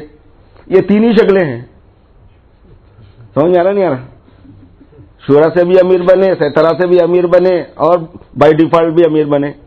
اللہ نے اپنی قدرت سے یہ تینوں شکلیں وہ جمع فرما دی۔ بات تو ختم ہو جانا چاہیے تھا نا، ارے یہ تو مسئلہ بالکل الٹا ہی ہو گیا بولے۔ اب اس کے بعد میں اس مسئلے کو چلایا گیا کہ انہوں باتوں میں غلط باتیں بہت بولتے ہیں۔ سمجھ میں آ رہی بات؟ یہ کہانی ہے اور کچھ بھی نہیں ہے، یہ سمجھ لیجئے آپ۔ یعنی انہوں غلط باتیں نہیں بولتے، یا دیوبند والے غلط ایکشن لیے وہ نہیں بول رہا ہوں میں، غلطی آدمی سے ہو جاتی ہے، ہو گئی ہوں گی، دیوبند والے صحیح تنبیہ کرے ہوں گے، مگر یہ تو 20 سال سے تھا مسئلہ، اس کو اس سیکوینسی میں آنے کی کیا ضرورت تھی؟ آ رہی بات سمجھ میں؟ یہ کون سا موقع محل تھا؟ انہوں بہت گمراہی کی باتیں بولتے، یہ کرتے وہ کرتے۔ وہ کتنے دنوں سے کام چل رہا تھا سمجھ رہے ہیں آپ؟ بہت دنوں سے کام چل رہا تھا کہ اس کے اوپر کام کرنا چاہیے بول کے، مجھے باضابطہ طور پر اس کا پتہ ہے، شخصی طور پر پتہ ہے مجھے کہ اس پر ورک ہو رہا ہے بول کے۔ اب وہ غلط باتیں بولتے، یہ کرتے وہ کرتے، لہٰذا ان کی باتیں گمراہی کی طرف جا رہی ہیں۔ وہاں صاحب کو پتہ چلا، ان کے تغیل میں یہ بات آئی، تو انہوں نے بولے بھائی امام جب نماز پڑھاتا ہے تو غلطی کر دیتا ہے، تو اس کا حل کیا ہے؟ اس کا حل یہ کہ لقمہ دے دو۔ نہیں اب تو غلطی کرا کیسا، لہٰذا آپ تراویح تیرے پیچھے پڑھتے نہیں، یہ کیا بات ہے؟ آئی بات سمجھ میں؟ غلطی کرا لقمہ دے دو، حل تو یہی ہے، بڑے آدمی سے بھی غلطی ہو سکتی ہے، چھوٹے سے بھی غلطی ہو سکتی ہے، میں نے بھی غلطی کی ہوگی، مجھے لقمہ دے دو، بتا دیا جائے، قصہ ختم، پیسہ صاف انہوں نے بیانات میں یہ بات کہی، میں نے بھی سنا ہے اس بیان کو مولانا سے متعدد مرتبہ، مطلب امام سے غلطی ہو جاتی ہے اس کو لقمہ دے دو. اور پھر مولانا نے جو باتیں فرمائی ہیں، جس طرح سے فتویٰ ان کے بارے میں نکالا گیا، وہ بھی نکالا گیا ہے پیری پلان، اس کے پیچھے بڑی کہانی ہے. بات جو ہے نا وہ بغیر سند کے نہیں بولتے. کوئی مفتی جب کوئی بات قلم اٹھائے گا نا تو اس کو کچھ نہ کچھ الفاظ چاہیے ہوتے ہیں، مواد چاہیے ہوتا ہے، اس پہ ہم کو آبجیکشن نہیں کرنے کا ہے کوئی. وہ علماء کرام کی بات ہے، وہ نہ وہ عوام میں اس کا مذاکرہ کرنا مقصود ہے. یہاں پہ بات یہاں سمجھنے کی یہ ہے کہ یہ مسئلہ بھی جو ہے نا اسی ایشو کا حصہ ہے. مولانا کو جب معلوم ہوا کہ فتویٰ نکلنے والا ہے ان کے خلاف، انہوں نے یہاں سے رجوع نامہ بھیج دیا کہ بھائی میں نے جو باتیں کہیں وہ غلط نہیں کہیں، میرے پاس مراجع موجود ہیں، میں جس کتاب میں سے بولوں وہ کتاب میرے پاس ہے، فلاں جگہ بات، اور میری بات کا یہ مطلب ہے اور یہ میری بات کی توجیہ ہو سکتی ہے. انہوں نے بتا دیا اس کو. اب اس پر بھی یہ مسئلہ سامنے آیا کہ نہیں یہ رجوع پہ ہمیں کوئی اطمینان نہیں. ارے مولانا شبیر صاحب جو دارالعلوم شاہی مراد آباد کے بڑے مفتیوں میں سے ہیں، انہوں نے تو مجھے ایک معتبر ذریعے سے یہ بات معلوم ہوئی، انہوں نے فرمایا کہ مولانا کو آپ کو رجوع کرنے کی ضرورت نہیں تھی، اس لیے کہ آپ نے تو رجوع والا اعلان بھوپال کے اجتماع میں کر لیا تھا. بھوپال کے اجتماع کے بیان میں مولانا صاحب نے یہ فرمایا تھا کہ بھائی ہمارا مسلک دیوبند ہے اور ہمارے اکابر نے دیوبند ہے. بات کھلی ہو گئی، جو ان کی بات ہے وہ ہماری بات ہے، اور اگر ہماری بات ان کی کسی بات سے ٹکراتی ہے تو وہ غلط ہے، اسے ہم کو چھوڑ دینا چاہیے. اسی کا نام رجوع ہے نا. اور کیا رجوع کریں گے؟ تو رجوع نامہ تو آپ دے چکے نا حضرت اپنے بیان میں، پھر کہیں کو لکھ کے دیا بلکہ بولے کرتے مولانا بہت بڑے مفتی ہوں. خیر اس کے باوجود چونکہ مولانا ٹکراؤ نہیں چاہتے اور علماء کو بدگمان کرنا نہیں چاہتے اور مل کے کام کرنے کا ہے، یہ اجتماعیت والا کام ہے، تو انہوں نے کہا کہ اس کے باوجود کہ میں نے جو باتیں کہی ہیں وہ میرے پاس اس کی سند موجود ہے، لیکن اگر آپ علماء کرام کو پسند نہیں ہے، مناسب نہیں سمجھ رہے ہیں تو میں اس رجوع کر لیتا ہوں. ٹھیک ہے میں مان لیتا ہوں، آئندہ نہیں کریں گے وہ چیز. آخری چیز تھی، اس سے زیادہ تو کچھ ہو بھی نہیں سکتا تھا، اس سے زیادہ تو کچھ بولا بھی نہیں جا سکتا، اس سے زیادہ تو کچھ کیا بھی نہیں جا سکتا. رجوع نامہ بھیج دیے، مگر چونکہ اس کو نکالنے کر انتشار ہونا تھا، انتشار مقصود تھا، تو اس کو بالآخر نکال دیے. اب خدا کی کرنی دیکھو، اس کے تھوڑے دنوں کے بعد میں سنبھل کا اجتماع تھا. اندازہ یہ تھا کہ فتوے کے بعد میں سنبھل کا اجتماع بالکل فلاپ ہو جائے گا، چلے گا نہیں، ہے آئے گا ہی نہیں کوئی اس میں. اس سنبھل کا اجتماع جو ہے نا وہ ملٹیپل ہو کے 2-3 گنا 4 گنا بڑھ گیا. یہ میں خود اس میں اتفاق سے میں جلال آباد جا رہا تھا ہمارے استاد سے ملنے کے لیے، تو ادھر سے ہوتے ہوئے چلے گئے، اجتماعات کے دن تھے وہ. تو وہاں جو صورتحال میں نے دیکھی تو میری حیرت کی کوئی انتہا نہیں. شریف صاحب سے میں نے پوچھا حضرت فتوے کا کچھ اثر پڑا ہے؟ کہیں گے ہاں بہت پڑا ہے. میں نے کہا کیا پڑا ہے؟ کہیں گے پہلے ہر ہمارے 4 مہینے کے جوڑ میں، 4 مہینے کا جوڑ تھا وہاں کے یو پی والوں کا، کہیں گے 4 مہینے کے جوڑ میں 1000-1200 علماء آتے تھے، اس مرتبہ 5000 آئے ہیں. بولے 5000 علماء تھے. اور پبلک کا یہ حال تھا، پبلک کا حال یہ تھا کہ 2 گھنٹے پیدل چلنے والوں کو دیے ٹریفک والے، 1 گھنٹہ بائیکل والوں کو دیے، 1 گھنٹہ کار والوں کو دیے، اس کے بعد میں بسوں کو ہلانے کی اجازت دی ہے. 16000 سے زیادہ بسیں تھیں، لوگوں نے بتایا مجھے. بے پناہ مجھے. پھر بھی رات کے 12 بجے تک ٹریفک جام، دن کے 12 بجے سے رات کے 12 بجے تک.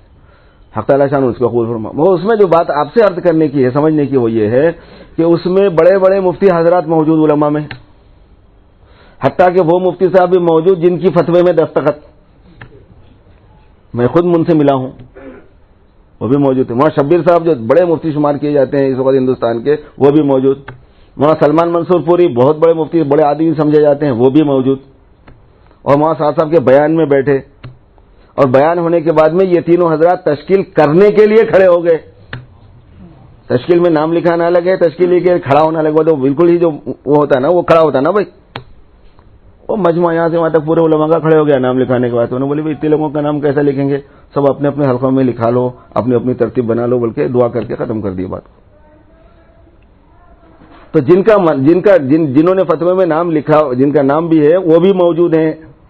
وہ حضرات اپنے عمل سے اس کی تردید کر رہے ہیں کہ اپنے قول میں کیا بات پیش آئی تھی وہ جانیں، لیکن عمل کے اعتبار سے ہم دعوت کے ساتھی، دعوت کی حمایت کرتے ہیں، مرکز کی حمایت کرتے ہیں، صاحب کی حمایت کرتے ہیں. یہ انہوں نے اپنے عمل سے بتا دیا اور بہت بڑے اس میں انداز میں بتایا. پورے مجمع میں آئی بات، پورے علماء کرام کی اتنی بڑی تعداد تھی.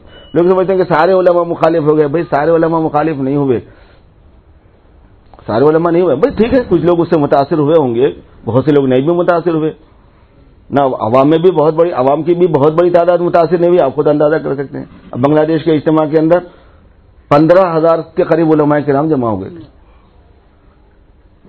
عرب آ گئے تھے 12,000 سے زیادہ. اب اندازہ فرمائیے.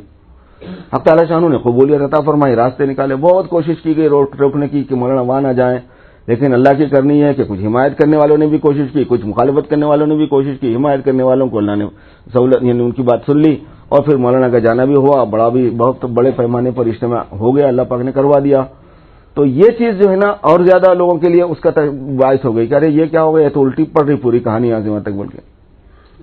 تو صورتحال میرے دوستوں بھائیوں یہ ہے کہ یہ مخالفتیں، ان کا پس منظر یہ ہے، مخالفت برائے مخالفت ہے، یہ مخالفت برائے مخالفت ہے.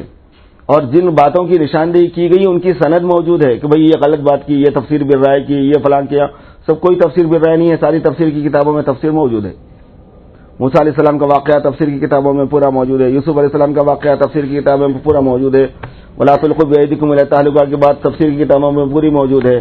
اذا نودي للصلاة من يوم الجمعة فاسعوا إلى ذكر الله فإذا قضيت الصلاة فانتشروا في الأرض وابتغوا من فضل الله تفسیر کی کتابوں میں موجود ہے. ایک قول موجود ہے، ایک قول اس کے خلاف میں بھی ہے. تو ایک قول انہوں لے لیے جو کہ موجود ہے، تو اس میں کوئی علماء کو اعتراض نہیں ہوتا. نہیں موجود رہا تو اعتراض ہوتا تھا، موجود ہے وہ بھی، لہذا کوئی اعتراض کی بات نہیں ہے. وہ مسائل میں کچھ بھی بول دیتے ہیں. وہ مسائل تو زیادہ خیر بیان ہی نہیں کرتے، لیکن بعض خاص چیزیں ہیں نا، جیسے مثلا یہ ہے کہ صاحب یہ موبائل کو جیب میں رکھ کے نماز نہیں پڑھنا چاہیے. مولانا کا ایک خاص انداز ہے کہ بھئی موبائل اپنے جیب میں رکھ کے مت پڑھو، فوٹو مت لیا کرو، فوٹو مت رکھا کرو. یہ مولانا کا، کیونکہ اس کو ذریعہ بنا کے اس زمانے میں بہت گھپلے ہو رہے ہیں، بہت بے دینی پھیل رہی ہے. اس وجہ سے مولانا خاص طور پر ذکر کرتے، ورنہ کوئی ظاہر ہے کہ وہ دارالفتہ تو نہیں ہے کہ وہ مسئلے سنا رہے ہیں وہاں پہ بیٹھ کے. مسائل تو بیان نہیں کیے جاتے، دعوت میں کیے ہی نہیں جاتے، اور خاص مسئلے تو سبھی بیان کرتے رہے. مولانا ابراہیم صاحب سے میں نے مسئلے سنے ہیں، مولانا ابراہیم دولہ صاحب دامت برکاتہ سے، مفتی محمد عمر پالنپوری سے میں نے مسئلے سنے ہیں، بیان میں سنے ہیں، حضرت جی سے میں نے بیان میں مسئلے سنے ہیں. بعض خاص مسئلے بول دینے میں کوئی حرج نہیں ہوتا، عام مسائل کو نہیں بولنا چاہیے، گڑبڑ ہو جاتی ہے. مولانا اب یہ بول رہے کہ صاحب یہ موبائل جیب میں رکھنے سے نماز نہیں ہوتی. خواہشی ہے سب کی کہ بھئی باطل استعمال کر رہا ہے اس کو، تو حق والے استعمال نہیں کرنے سے حق والے پیچھے ہو جا رہے ہیں. یہ ذہن چل رہا ہے علماء کا. وہ بھی بیچارے غلط نہیں سوچ رہے، اخلاص سے سوچ رہے ہیں، مگر دلیل نہیں مل رہی اس کی کہ اس کو جائز کیسا کرنا. سمجھ نہیں آ رہا. اور دعوت والے کیا بولتے ہیں کہ بھئی دعوت میں تو بغیر کسی یعنی میڈیا کے اور ذرائع ابلاغ کے اللہ پاک پوری دنیا میں چلا رہا. تو پھر یہ مجبوری کہاں کی مجبوری ہے کہ بھئی اہل باطل اگر فوٹو اور تصویروں وغیرہ کو استعمال کر کے باطل پھیلا رہے ہیں تو اہل حق کو بھی وہ کرنا چاہیے. یہ تو کوئی ضروری نہیں ہے نا. اب تبلیغ والے کر ہی رہے نہیں کر رہے کام، اتنے بڑے اس میں سرکل میں کر رہے ہیں، کبھی بھی نہیں کرتے یہ کام. اس کا مطلب وہ کوئی مجبوری نہیں ہے. مگر مولانا ایسا کیسا بول دیے بول کے ان کے خلاف ہو گئے. بہت سے لوگوں کو اس میں خلجان ہے کہ ایسی باتوں میں. میرے دوستو یہ ایک بات ہے سمجھنے کی تھوڑی سی. ایک بہت اچھی جگہ سے ایک مولانا صاحب نے اس بات کو بیان فرمایا تو مجھے بھی اچھی لگی، سنا رہا ہوں آپ کو. وہ فرمایا کہ دیکھو ایک ہوتا ہے باب الافتاء، دارالفتاء، فتویٰ دینے کی جگہ. ایک ہوتا ہے باب تربیت کی جگہ. تربیت کے لیے جو باتیں کہی جاتی ہیں وہ فتوے کی نہیں ہوتی. فتوے کے لیے جو بات ہوتی ہے وہ الگ ہوتی ہے. بہت سی باتوں میں فتووں میں ایک بات کی گنجائش ہوتی ہے لیکن تربیت کے اعتبار سے مناسب نہیں ہوتی تو اس کو روکا جاتا ہے، حالانکہ فتوے میں جائز ہوتا ہے. وہ بہت سی باتوں کی اجازت نہیں ہوتی لیکن تربیت کے باب میں ڈھیل دینی ہوتی ہے تو ڈھیل دے دی جاتی ہے. مصلحتیں ہوتی ہیں، حالات ہوتے ہیں. تو مولانا کا یہ بیان جو ہے نا باب تربیت سے اپنے ساتھیوں کو، دعوت کا کام کرنے والے ساتھیوں کی تربیت پیش نظر ہونے سے یہ بتانا چاہ رہے ہیں کہ اگر تم موبائل ایسا آپ جیب میں رکھو گے جس میں تصویریں فیڈ ہیں، ننگی تصویریں ہیں، ہر قسم کے کوکیز اس میں ہیں، ہر قسم کے پاپس اس میں آئے ہوئے ہیں، پتہ نہیں کیسی کیسی چیزیں تم نے اسٹور کی ہوئی ہیں، اپنی معشوقہ کی تصویر ڈالی ہوئی ہے، فلاں کی معشوقہ کی تصویر ڈالی ہوئی ہے، مطلب ہے نا بھائی کس کی فون میں کیا کیا چیزیں نہیں ہیں. اب اگر تم ان سب چیزوں کو اس گندگی کو رکھے جیب میں نماز پڑھو گے، کیا اس میں نورانیت ہوگی؟ کیا اس میں روحانیت ہوگی؟ کیا اس میں قبولیت آئے گی؟ یہ مطلب ہے بات کا. وہ یہ مطلب نہیں ہے کہ میرا فتویٰ یہ ہے کہ نمازی نہیں ہوتی، نماز دہراؤ اگر کسی کے جیب میں فون ہے. ایسی بات ہے کیا؟ اور یہ کامن ہے، یہ ہر زمانے میں ہوا، حتیٰ کہ سرکار دو عالم صلی اللہ علیہ وسلم سے ہوا، حتیٰ کہ صحابہ کرام میں ہوا. اب ہوتا تھا. یہ باب تربیت الگ چیز ہے، باب فتویٰ الگ چیز ہے. وہ مولانا صاحب نے ایک جزیہ نقل کرتے ہوئے بڑی اچھی بات کی. انہوں نے کہا کہ ایک مرتبہ سرکار دو عالم صلی اللہ علیہ وسلم حضرت عائشہ رضی اللہ تعالیٰ عنہ کے پاس تشریف لائے، آپ کھانا کھا رہی تھی، اور ماں عائشہ تم کھانا کھا رہی ہو؟ کہیں گے صبح بھی تو کھایا تھا، کہیں گے ہاں، کہیں گے صبح بھی کھایا تھا پھر ابھی بھی کھا رہی ہو، یہ تو اسراف ہو گیا۔ حضور پاک صلی اللہ علیہ وسلم نے ام المؤمنین حضرت عائشہ رضی اللہ تعالیٰ عنہ فرمایا کہ یہ تو اسراف ہو گیا۔ اب سرکار، یہ تو حدیث ہی ہے، یہ سرکار کا ارشاد ہے، مسئلہ بھی نکالنا چاہے تو نکال سکتے تھے، مگر علماء نہیں نکالتے یہاں سے مسئلہ، کیونکہ ان کو پتا ہے کہ مسئلہ کہاں سے نکلتا ہے، کیسا نکلتا ہے، اس کے کچھ ریکوائرمنٹ ہے، اس کا تعلق باب تربیت سے ہے۔ اسی وجہ سے یہ مسئلہ نہیں ہے کہ اگر آپ نے صبح میں بریک فاسٹ کر لیا، پھر اس کے بعد میں لنچ کر لیا، پھر اس کے بعد میں ڈنر کر لیا تو گناہ کر لیا، ایسا ہے؟ کبھی کسی عالم صاحب نے یہ بات کہی؟ حالانکہ حدیث شریف کی روشنی میں اگر بنانا چاہے تو بن جاتی تھی بات، مگر نہیں بنتی، وہ کچھ وجوہات ہیں اس کی، وہ باب تقویٰ ہے۔ بھائی خاندان نبوت کو اس میں کہاں لگنا چاہیے، یہ مطلب ہے بات کا۔ اہل بیت نبوت کو ان چیزوں میں نہیں لگنا چاہیے، دنیا سے بے رغبتی ہونی چاہیے، دنیا سے متمتع ہونے، کم سے کم متمتع ہونا چاہیے بقدر ضرورت، اور یہ دعوت ہے، عبادت ہے، ذکر ہے، تعلیم ہے، تبلیغ ہے، یہ کاموں کے لیے ہمیں ان کا کھانے پینے میں پڑے تھوڑی رہنا ہے۔ حضور پاک صلی اللہ علیہ وسلم کے اس ارشاد کو اس معنی میں لیا تھا حضرات محدثین نے، اس وجہ سے مسئلہ نہیں بنایا اس کا۔ صحابہ کرام میں بھی ایسی بہت سی چیزیں ہمیں ملتی ہیں اگر ہم غور کریں گے تو۔ حضرت ابو ذر غفاری رضی اللہ تعالی عنہ کا واقعہ مشہور ہی ہے کہ وہ جس آدمی کے بارے میں ان کو معلوم ہوتا تھا کہ اس نے زکوٰۃ دی ہے تو اس سے جا کے لڑتے تھے، زکوٰۃ دینے والے سے، کہنے کہ تو اتنے پیسے جمع کیوں کرا جس کی وجہ سے تجھے زکوٰۃ دینی پڑی۔ زکوٰۃ دینے پر اس لڑائی کرنے لگتے تھے کہ بھئی تو اتنے جمع کیسا کرا کہ تیرے پر زکوٰۃ فرض ہوئی۔ اور آپ حیرت کریں گے کہ وہ بعض مرتبہ مار بھی دیتے تھے، سختی بہت تھی طبیعت میں۔ حضور صلی اللہ علیہ وسلم نے ان سے فرمایا کہ تو جنگل میں جا کے رہ جا، تیرا مزاج الگ ہے، تو پھر وہ ایک جنگل میں جا کے رہ گئے تھے۔ اب حضرت ابو ذر غفاری رضی اللہ تعالیٰ عنہ کا واقعہ جو ہے نا الگ رکھو، اس کے بعد میں ایک مفتی کو مسئلہ یہ لکھو کہ کوئی آدمی اگر یہ کہے کہ اتنا پیسہ جمع نہیں کرنا چاہیے جس پر زکوٰۃ فرض ہو، ناجائز ہے، تو اس کے بارے میں آپ کیا بولیں گے؟ تو انہوں یہی لکھیں گے نا کہ بے علم آدمی ہے، بے خبر آدمی ہے، اس کو پتہ نہیں ہے کوئی دین کیا ہوتا ہے، ایسے آدمی کو یہ غلط بات اس نے کہی ہے۔ پھر اس کے بعد میں یہ تکا جوڑو اس کے ساتھ میں کہ حضرت ابو ذر بولے تھے، اس کے بعد میں وہ سارے جملے ان پہ لگاؤ، کیسا لگتا؟ بدتمیزی ہے نا، یہ مسئلے نہیں بنائے جاتے، یہ سوال ایسا بنا کے ایسا جوڑا نہیں جاتا، یہ اس کے اندر بھی جوڑ توڑ کی شکلیں ایسی ہوتی ہیں کہ میں اور آپ اندازہ نہیں کر سکتے۔ جب ہم فتوے کی مشق کر رہے تھے جلال آباد میں، مفتی نصیر احمد صاحب جو مفتی محمود مہدی حسن صاحب رحمۃ اللہ علیہ کے شاگردوں میں تھے، بہت بڑے مفتی کے شاگرد تھے ہم، تو ان سے فتوے کی مشق کر رہے تھے، تو ایک استفتاء آیا ہوا تھا، جو فتوے کی مشق کر رہے ہیں جب سوالات آتے نا تو ان سے جواب بناتے تاکہ ان کو ایک پریکٹس ہونا، ایک مشق ہونا بول کے۔ ایک فتویٰ استفتاء آیا تھا، ادھر کا تھا، تامل ناڈو کی طرف کا یا مدراس کی طرف کا تھا، وہاں سے آیا تھا۔ تو اس میں یہ مسئلہ سوال یہ تھا کہ ایک امام صاحب ہیں، ان کی بیوی جو ہے نا بے پردہ پھرتی ہے، اور جناب والا لوگوں میں بہت اس کی وجہ سے امام صاحب سے شکایت پائی جاتی ہے، لہذا ایسے آدمی کو امامت کرنا جائز ہے یا جائز، اس کو امام رکھنا چاہیے نہیں رکھنا چاہیے، یہ سوال تھا۔ اب ہم تو مشق کر رہے تھے نا، تو ہم نے مشق کے دوران سوال پہ غور و فکر کیا، مسئلہ بنایا کہ بھئی جس کی بیوی بے پردہ پھرتی ہے تو انہیں فاسق ہے، فاسق کی حمایت کرنے والا بھی فاسق ہے، فاسق کی امامت صحیح نہیں ہے، یہ لاجک تھی ہماری وہاں پہ۔ تو یہ فاسق کی امامت صحیح نہیں ہے، لہذا اس کو امام نہیں رکھنا چاہیے، معذرت کر لینی چاہیے امامت سے، بلکہ میں جواب بنا کے لے جا کے دیا حضرت کو، ہمارے استاد صاحب کو۔ تو استاد صاحب پڑھ کے بولے سوال کیا ہے؟ میں نے کہا سوال یہ ہے کہ اس کی بیوی بے پردہ پھرتی ہے، لہذا انہیں فسق کا ارتکاب کر رہی ہے، انہیں بھی فسق کے ارتکاب میں ہے، لہذا امامت کرنا چاہیے نہیں کرنی چاہیے۔ بولے نہیں، سوال یہ نہیں ہے، استاد یہی سکھاتا ہے، اصل میں فتوے کی مشق میں استاد یہی سکھاتا ہے۔ میں بولا حضرت پھر سوال ہے کیا؟ تو بولے سوال یہ ہے کہ میری امام سے لڑائی ہو گئی ہے، اس کو کیسا نکالوں؟ سوال کے پیچھے سوال ہے وہ پڑھو، بولے سوال کے پیچھے سوال ہے وہ پڑھو، میری امام سے لڑائی ہو گئی، اس کو نکالنے کے واسطے جواز تلاش کر رہا ہوں، میرے کو کوئی شرعی بات چاہیے جس کو میں عنوان بنا کے اس کو نکال سکوں، اب جواب بنا کے لا بولے۔ اب ظاہر ہے کہ مشق تو اسی کا نام ہوتا ہے نا۔ پھر ہم گئے کھنگالے، اور اس کے بعد بولے کہ بھائی اگر انہیں بے پردہ پھر رہی ہے تو اس کا کیا قصور ہے؟ سمجھ آ گیا؟ اس کی بے پردگی میں انہیں ساتھ دے رہا، اس کی کیا دلیل ہے؟ انہیں اس کو نصیحت نہیں کرا، اس کی کیا دلیل ہے؟ لہذا انہیں تو بری ذمہ ہو گیا۔ پھر ویسا جواب کا رخ بنا کے لائے. وہ مشق میں یہی ہوتا ہے, وہ پورا بنا کے لائے پھر وہ جواب بھیجے. آگے تو میں کچھ نہیں بولوں گا, لیکن یہ جو فتویٰ نکلا ہے نا, اس کا سوال تو نہیں ہے نا وہاں فتوے میں. سمجھ میں آ گیا نہیں آ گیا؟ عام طور پر فتویٰ بغیر سوال کے نہیں ہوتا, لیکن اگر آپ اس کا سوال بنائیں گے نا تو ایسا عجیب و غریب سوال بنے گا, میں بول نہیں سکتا آپ کو. اس فتوے کا سوال نہیں ہے, ہونا چاہیے اصولاً. فتوے کے اصول میں سے یہ ہے کہ سوال بھی ہونا, جواب بھی ہونا. فتویٰ آ گیا, سوال ہی نہیں ہے. اب وہ فتوے کو دیکھ کے اپن سوال بنا لے سکتے ہیں نا کہ کیا سوال ہوں گا. میں بولتا نہیں اب, کیونکہ ایک خود بولا تو بہت ہنگامہ ہو گیا اس پہ. یہ بات نہیں بولا, ایک اور بات بول دیا تھا تو بیچاروں کو ناگوار ہو گیا.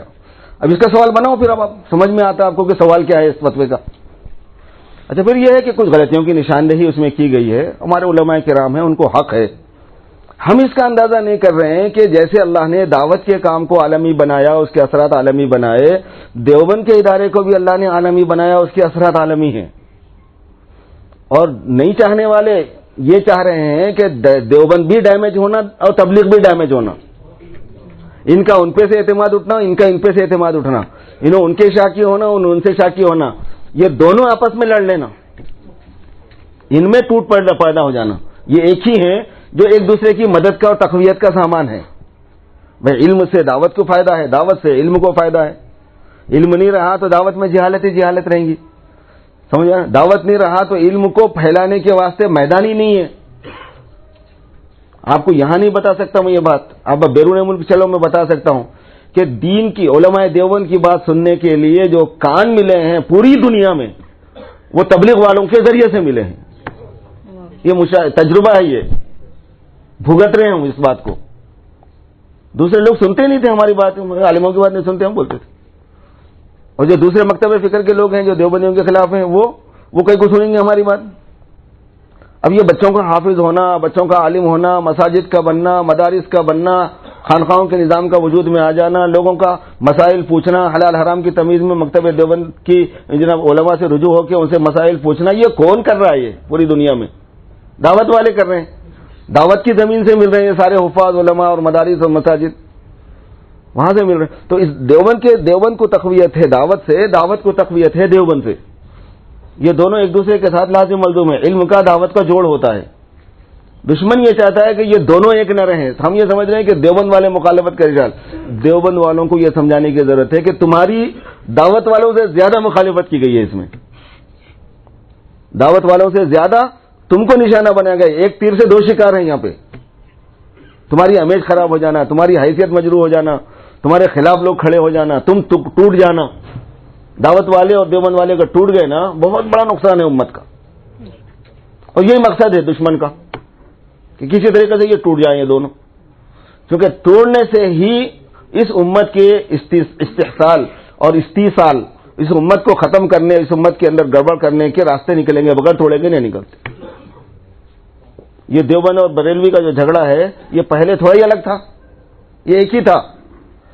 کیونکہ وہ بھی اہل سنت والجماعت, یہ بھی اہل سنت والجماعت, وہ بھی فقہ حنفی کے, یہ بھی فقہ حنفی کے, وہ بھی اولیاء اللہ بزرگان دین کو ماننے والے, یہ بھی بزرگان دین کو ماننے والے, وہ بھی سلسلے چشتیہ قادریہ نقشبندیہ سہروردیہ کے, یہ بھی سلسلے چشتیہ قادریہ نقشبندیہ سہروردیہ کے.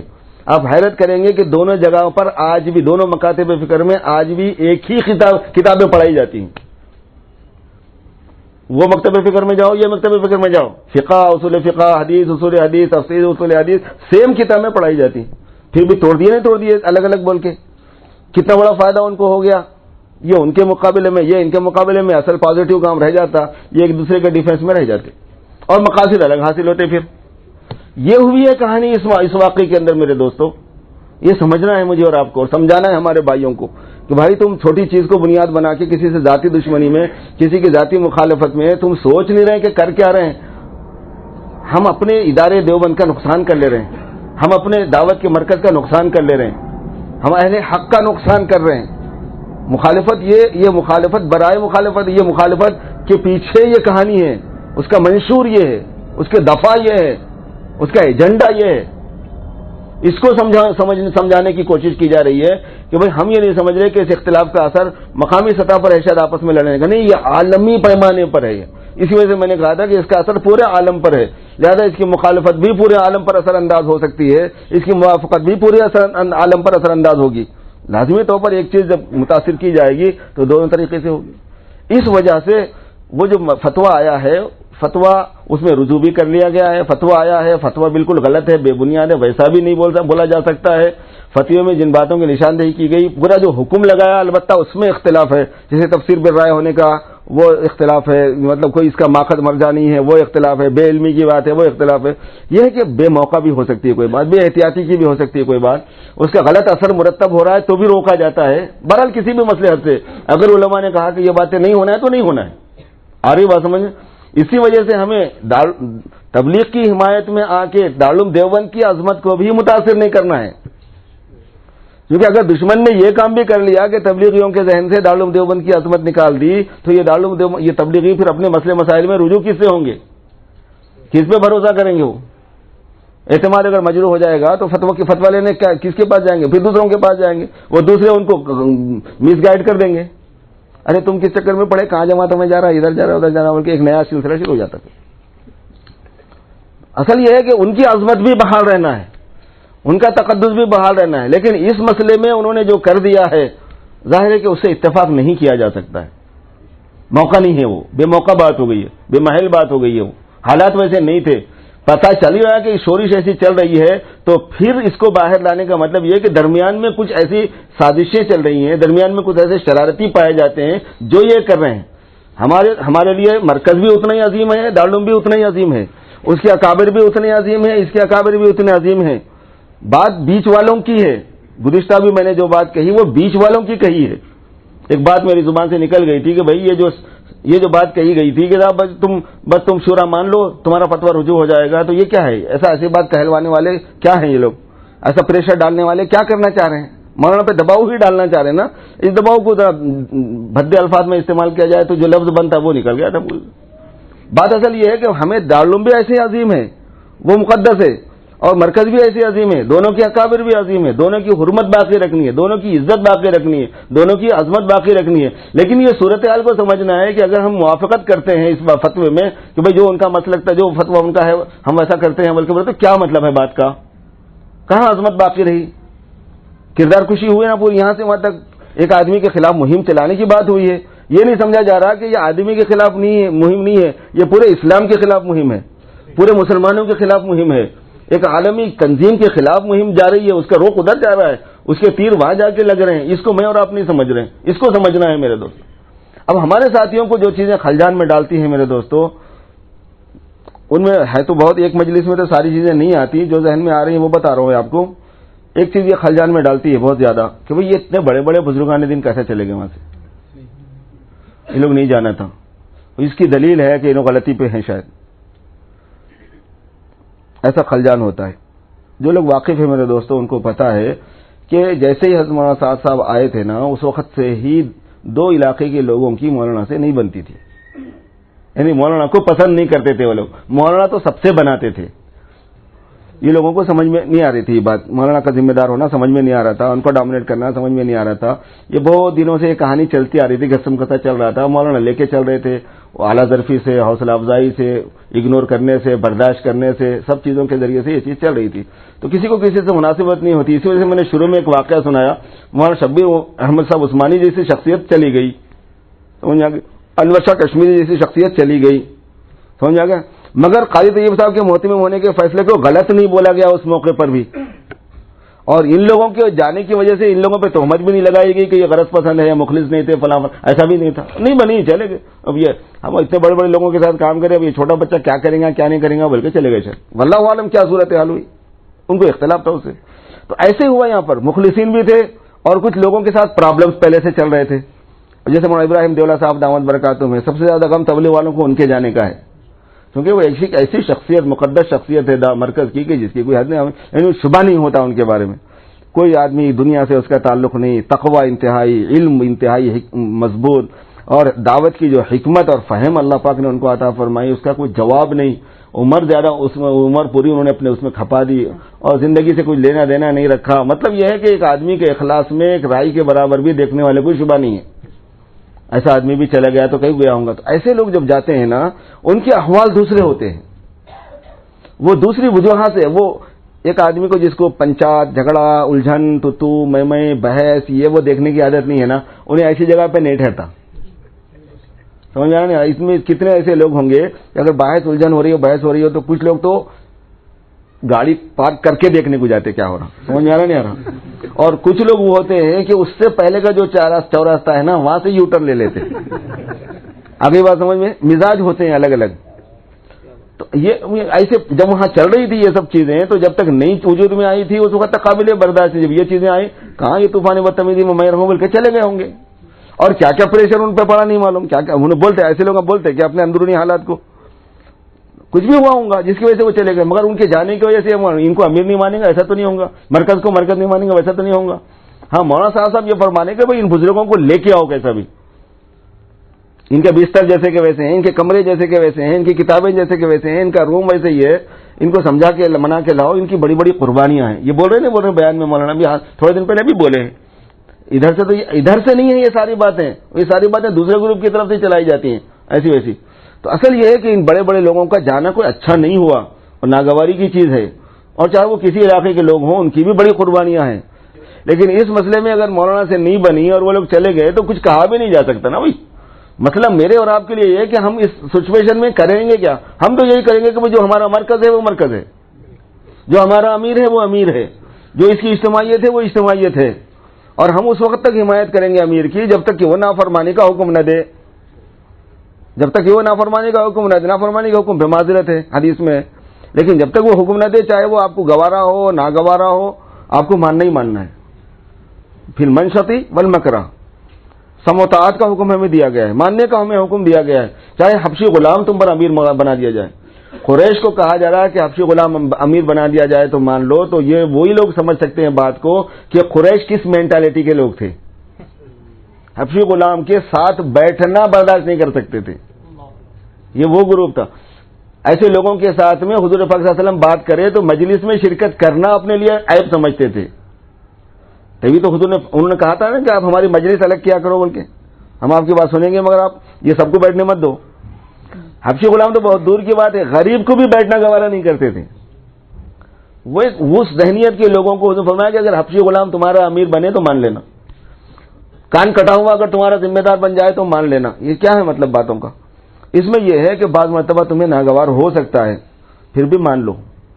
جبکہ حقیقت حال یہ ہے کہ اللہ پاک نے حضرت موصوف کو مولانا صاحب دامت برکاتہم کو جن قابلیتوں سے نوازا ہے، جن صلاحیتوں سے نوازا ہے، جو تقوی اس میں ہے، جو زہد اس بندے میں ہے، جو توکل علی اللہ اس میں نظر آتا ہے.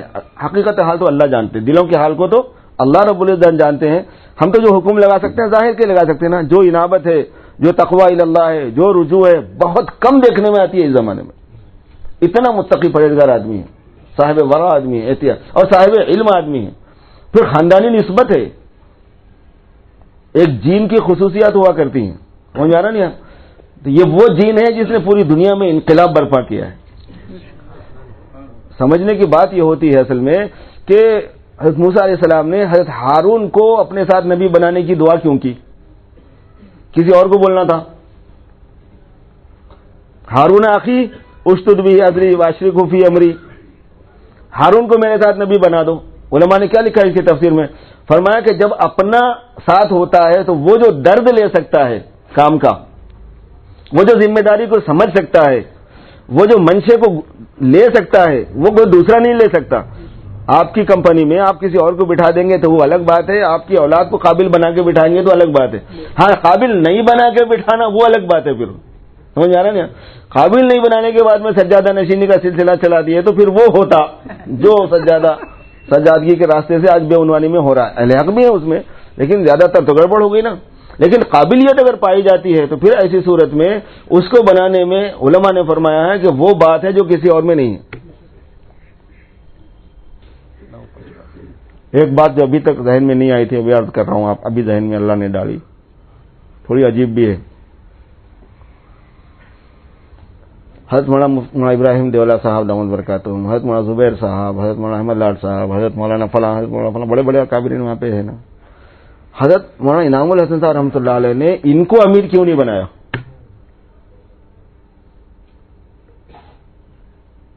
بھائی جب سے تھے نا اور حضرت مولانا انعام الحسن صاحب رحمۃ اللہ علیہ کے زمانے میں کوئی انتشار تھا، کوئی خلفشار تھا، کتنا وزندار وہ آدمی تھا کہ کوئی منہ نہیں کھول سکتا تھا ان کے سامنے. وہ اگر کوئی ڈیسیژن لیتا تو کون بولتا تھا اس کے سامنے؟ آئی بات سمجھ میں؟ مولانا زبیر صاحب کو بھی نہیں بنایا، حالانکہ انعام الحسن صاحب کے صاحبزادے ہیں اور شیخ کے خلیفہ ہیں، عمر کے بھی، تجربے کے بھی ہیں. کچھ چیزیں ایسی ہوتی ہیں کہ جو سب کے بس کی نہیں ہیں. خدا کرے کہ یہ بات سمجھ میں آئے. کچھ چیزیں کچھ لوگوں کے ہی بس کی ہوتی ہیں، سب کے بس کی نہیں ہوتی ہیں. حضرت حاجی امداد اللہ صاحب رحمۃ اللہ علیہ کو اللہ نے الہام فرمایا تھا کہ اگر آپ کہو تو ہم ہزاروں لاکھوں تمہارے دسترخوان پہ روزانہ بھیج دیں گے، لنگر جاری کر دیں گے، اتنا رجوع تمہاری طرف کر دیں گے. کہیں گے حضرت میرا مزاج نہیں، معافی چاہتا ہوں، میں اس طبیعت کا نہیں ہوں، میں یکسوئی پسند ہوں، میں ہنگامے کو نہیں پال سکتا، میں ہنگامے کو ہینڈل نہیں کر سکتا.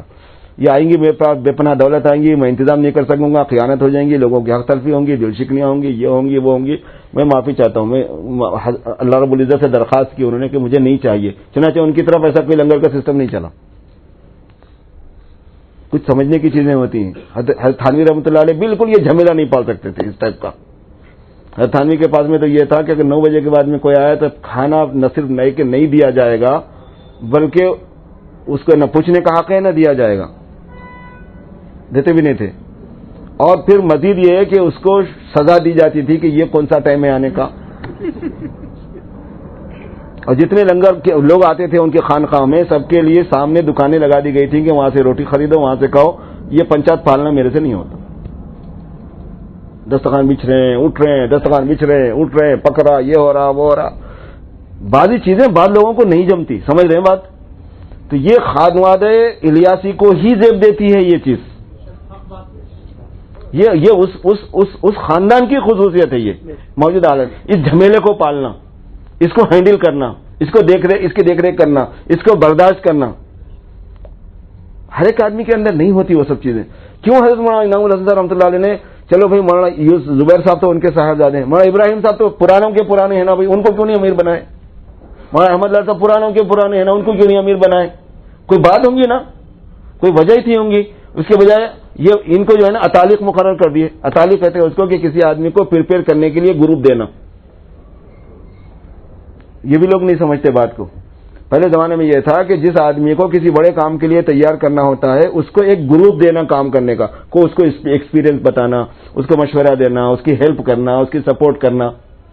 یہ سلسلہ تھا یہاں حضرت مولانا صاحب کے ساتھ. ان کو ایک گروپ دیا گیا تعلیقیت کے تحت، تربیت کرنے والا، مربیوں کا ایک گروپ دیا گیا. سمجھ میں آ رہا نہیں آ رہا؟ اپنے وقت پر جب وہ اس تربیت کے اس حامل ہو گئے، سنبھال لیا انہوں نے. ان کو بولنا بھی نہیں پڑا. وہ ایسا جین ہے وہ کہ اس کو بولنا پڑا. ماں الیاس صاحب رحمۃ اللہ علیہ کو کون امیر بنایا تھا؟ ماں یوسف صاحب رحمۃ اللہ علیہ کو کون امیر بنایا تھا؟ وہ جین ہے کہ جس کو بنانا نہیں پڑتا. سمجھ میں آ گئی بات؟ ہاں خیر بنا بھی دیے، لیکن اگر نہیں بھی بنائے تو بنتا ہی تھا. وہ ایک صلاحیت ہے جو اللہ کی دی ہوئی ہے، اور ایک خاندان ہے جس کو چنا گیا اس زمانے میں دین کی خدمت کے لیے. ایک شرف ان کو حاصل ہے، اور کوئی خلاف شریعت کا کام ہے نہیں ہے تو خواہ سر مان لینا چاہیے نا بھائی، ان کے ساتھ ہو جانا ہے. کچھ اور چیزیں ہیں جس پر امت غور نہیں کرتی کبھی. کیا بول کے ان پر اعتراض کریں گے؟ انہیں چندہ مانگتے آپ سے. سمجھ میں آ رہی بات؟ وہاں پہ سیکریٹری، پریسیڈنٹ، یہ ہے ارکان شورا، بورڈ آف ڈائریکٹرز، ممبرز، یہ ہیں کیا وہاں پہ؟ آفس ہے کیا وہاں پہ؟ آرگنائزیشن ہے کیا وہاں پہ؟ میرے گھر میں کچھ لوگ آ رہے ہیں، میں خدمت کر رہا ہوں، دعوت کے کام پہ ان کو لگایا ہوا، میں بھی لگا ہوا ان کے ساتھ میں. اب آپ کو متلی ہو رہی، ارے یہ کیا بات ہوئی؟ یہ سیٹ اپ جو ہے نا اولیاء اللہ کا سیٹ اپ ہے. یہ کوئی تنظیم کا اسی لیے بولتے نا مولانا کہ بھائی اس کو تنظیم مت بناؤ، تنظیم مت بناؤ. ہر ایک بات آدمی کو وہ بات ہضم نہیں ہوتی کہ وہ بول کے آ رہے ہیں. اس کے پیچھے ان کے بولنے کا مطلب یہ ہے کہ یہ وہ رواجی سیٹ اپ نہیں ہوتا، یہ ولایت کا سیٹ اپ، اولیاء اللہ کے گھروں کا سیٹ اپ ہے. عبد القادر جیلانی رحمۃ اللہ علیہ کے پاس جیسے تھا، حضرت احمد کبیر رفاعی رحمۃ اللہ علیہ کے پاس جیسے تھا، خواجہ اجمیری کے پاس بزرگان دین کا ہے. یہ اس لیول کے ہیبل کے نہیں بول رہا ہوں میں، نقل ہے یہ اس کی. حضرت الیاس رحمۃ اللہ علیہ کوئی بڑے درجے کے، چھوٹے درجے کے ولی تو نہیں تھے نا وہ. ماں یوسف صاحب رحمۃ اللہ علیہ کوئی چھوٹے درجے کے ولی تو نہیں تھے نا وہ، بڑے اولیاء اللہ میں شمار ہوتے ہیں وہ. تو یہ وہ جو سیٹ اپ ہے جو خانقاہی نظام کے ذریعے سے، اہل ولایت کے ذریعے سے حق تعالی شانہ دنیا میں جاری فرمایا کرتے ہیں، اس ٹائپ کی چیز ہے یہ. اسی وجہ سے آپ کو پسند نہیں ہے, آپ اپنا بیٹھے رہو, منع کوئی حرج کی بات نہیں. سمجھ میں آ رہی نہیں؟ آپ سے پیسے تو نہیں مانگے جا رہے, آپ سے چندہ تو نہیں مانگ رہے جس کا حساب دینا ہے. لاکھوں کروڑوں کا کیا ہوگا بھائی, کروڑوں نہیں اربوں خربوں رہنے تمہارے آپ کچھ بول ہی نہیں سکتے وہاں. اگر وہاں تھوڑی سی بھی خیانت رہی تو اس آسمان سے دروازے ایسے تھوڑی کھلتے. سمجھ میں آ رہا نہیں آ رہا؟ ان کو تو راز مل گیا ہے مخلوق کو دے کے خالق سے لینے کا. لاتو کی فیو کا علیک, مخلوق پہ اپنے تھیلے کو کھول دے, خدا اپنا تھیلا تم پر کھول دے گا. ورنہ 150,000 2,000 کو 2-3 دن مسلسل کھلا کے دیکھو کیسا پتلی ہو جاتی حالت اپنی. پیسوں کے اعتبار سے گنجائش رہی تو عملے کے اعتبار سے دیکھ لو, عملے کے اعتبار سے گنجائش رہی تو وسائل کے اعتبار سے دیکھ لو, سامان کے اعتبار سے دیکھ لو. قابو میں آنے والی چیز تھوڑی ہوتی ہے وہ. یہ اللہ کا کرم ہے, یہ ایک انتظام ہے حق تعالی شانہ کا. تو اس وجہ سے یہ جو مولانا سعد صاحب دامت برکاتہ ہم کو اللہ نے اس موقع پر ذمہ دار بنایا ہے, اس میں ہم کو پوری بشاشت کے ساتھ میں ان کی امانت کو قبول کرنا ہے. سمجھ میں آ رہا نہیں؟ اور ہمارے بزرگان دیوبند ان کو بھی کچھ بولنا نہیں ہے. بقیہ ان کا جو علم ہے, ان کا جو فتویٰ ہے, وہ ان کی ذات کے لیے, مولانا سعد صاحب کی ذات کے لیے, میرے آپ کے لیے نہیں ہے وہ چیز. مولانا سعد صاحب کا یہ فرض بنتا ہے کہ وہ فتوے کو دیکھ کے رجوع کر لے, جو کہ انہوں نے اس سے پہلے ہی کر لیا ہے. جو آدمی پہلے ہی عمل کر لیا اس کو بولے تو نماز نہیں پڑھا, بولے تو کیا بات ہوئی؟ جو پہلے پڑھ چکا ہے تو انہوں رجوع بھی کر چکے ہیں اس سے. اب یہ کہ وہ ان کے لیے ہدایت نامہ ہے, تنبیہ ہے, وہ انہوں رکھ لیتے, پڑھ لیتے, ضرورت پڑنے پر علماء کرام سے رجوع ہوتے, پوچھ لیتے. اور علماء کرام جن سے ان کی دوستی ہے, ان کے اکابر بھی ہیں, ساغر سب ہیں, وہ ان کو رائے مشورہ دے دیتے. وہ فتوے کا ایرو جو ہے, فتوے کا جو مرجع ہے وہ حضرت مولانا سعد صاحب خود ہے. کیونکہ فتوے میں تو یہ نہیں بولے نا کہ انہوں امیر نہیں ہے, بلکہ اپنے کو میرے کو آپ کو بولے کیا فتوے میں ایسا کچھ ہے نہیں ہے. فتوے میں نظام الدین مرکز نہیں ہے بلکہ بولے کیا نہیں مانو اس کو, بلکہ فتوے میں جماعت کا کام مت کرو بلکہ دیے کیا. اس کا مطلب میں اور آپ مخاطب نہیں ہے اس فتوے میں. اس معنی کر مخاطب انفارمیشن کی حد تک ہیں کہ ان کو بھی معلوم ہو جائے, جو کہ مقصد ان کا تھا. سمجھ میں آ رہا نہیں آ رہا؟ کہ امت کو معلوم ہو جائے کہ انہوں یہ گڑبڑ کر رہے ہیں. حالانکہ بھائی غلطی ایک آدمی کر رہا ہے تو اس کو بولنا چاہیے, جا کے اس کو بتا دینا چاہیے, اس کو سمجھا دینا چاہیے. فتویٰ ڈائریکٹ وہاں بھیج دینا چاہیے تھا. انہیں خود پڑھ لیتے تھے, خود اصلاح کر لیتے تھے. میرا فتویٰ ہے جو میری ذات سے متعلق ہے, ٹھیک ہے, میری باتوں سے بھی ہوں گا کہ جس کی وجہ سے دوسروں تک بات آ رہی ہے, تو بات تو مجھ تک آنی چاہیے نا وہ اصول. تو اس لیے جو فتوے کا مسئلہ ہے وہ اپنی جگہ پر ہے. فتوے سے ہمیں تاثر نہیں لینا ہے, کوئی فتوے میں کوئی رکاوٹ نہیں ہے, کوئی ممانعت ہمیں نہیں کہی گئی ہے.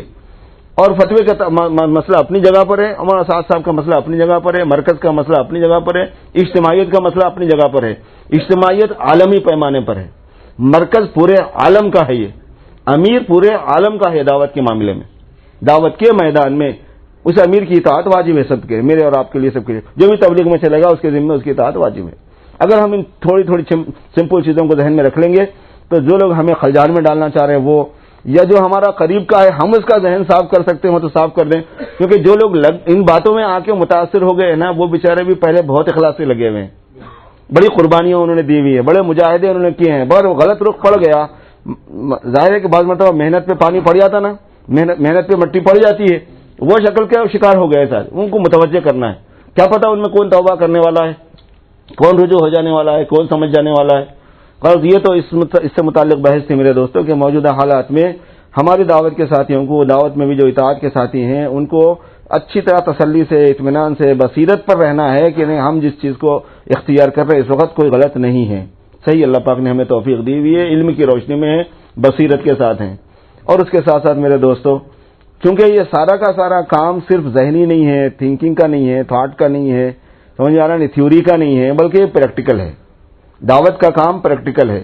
ایسے حالات میں دعوت کے ساتھیوں کو قربانی میں اضافہ کر دینا چاہیے, محنت میں اضافہ کر دینا چاہیے, رجوع اللہ میں اضافہ کر دینا چاہیے, دعاؤں کے اہتمام میں اضافہ کر دینا چاہیے, خروج میں اضافہ کر دینا چاہیے, اور خروج کی مقدار اور جناب والا اس میں بھی اضافہ کر دینا چاہیے, باعتبار وقت کے بھی, باعتبار مال کے بھی.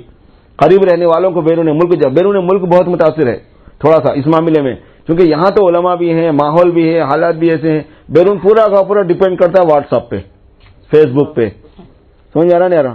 اور فیس بک اور واٹس ایپ کوئی حق پھیلانے کے لیے بنایا گیا ہے, وہ بنایا گیا باطل پھیلانے کے, باطل کا وہ ذریعہ ہے, اس کا ہتھیار ہے وہ, ہمارا تو نہیں ہے نا. وہ ہمیں دیا گیا ہے تو فری میں انہیں ویسے ہی دیا. کوئی کام ہے اس کے پیچھے. اور یہ فیس بک سے وہ سب ادھر ادھر کی بات. ظاہر اہل حق تو یوز کم کرتے ہیں, دوسرے لوگ زیادہ کرتے ہیں, وہ بات پھیلا دے رہے ہیں. اب ظاہر ہے کہ ہم خروج کریں گے, ہم جائیں گے, حقیقت حال سے واقف.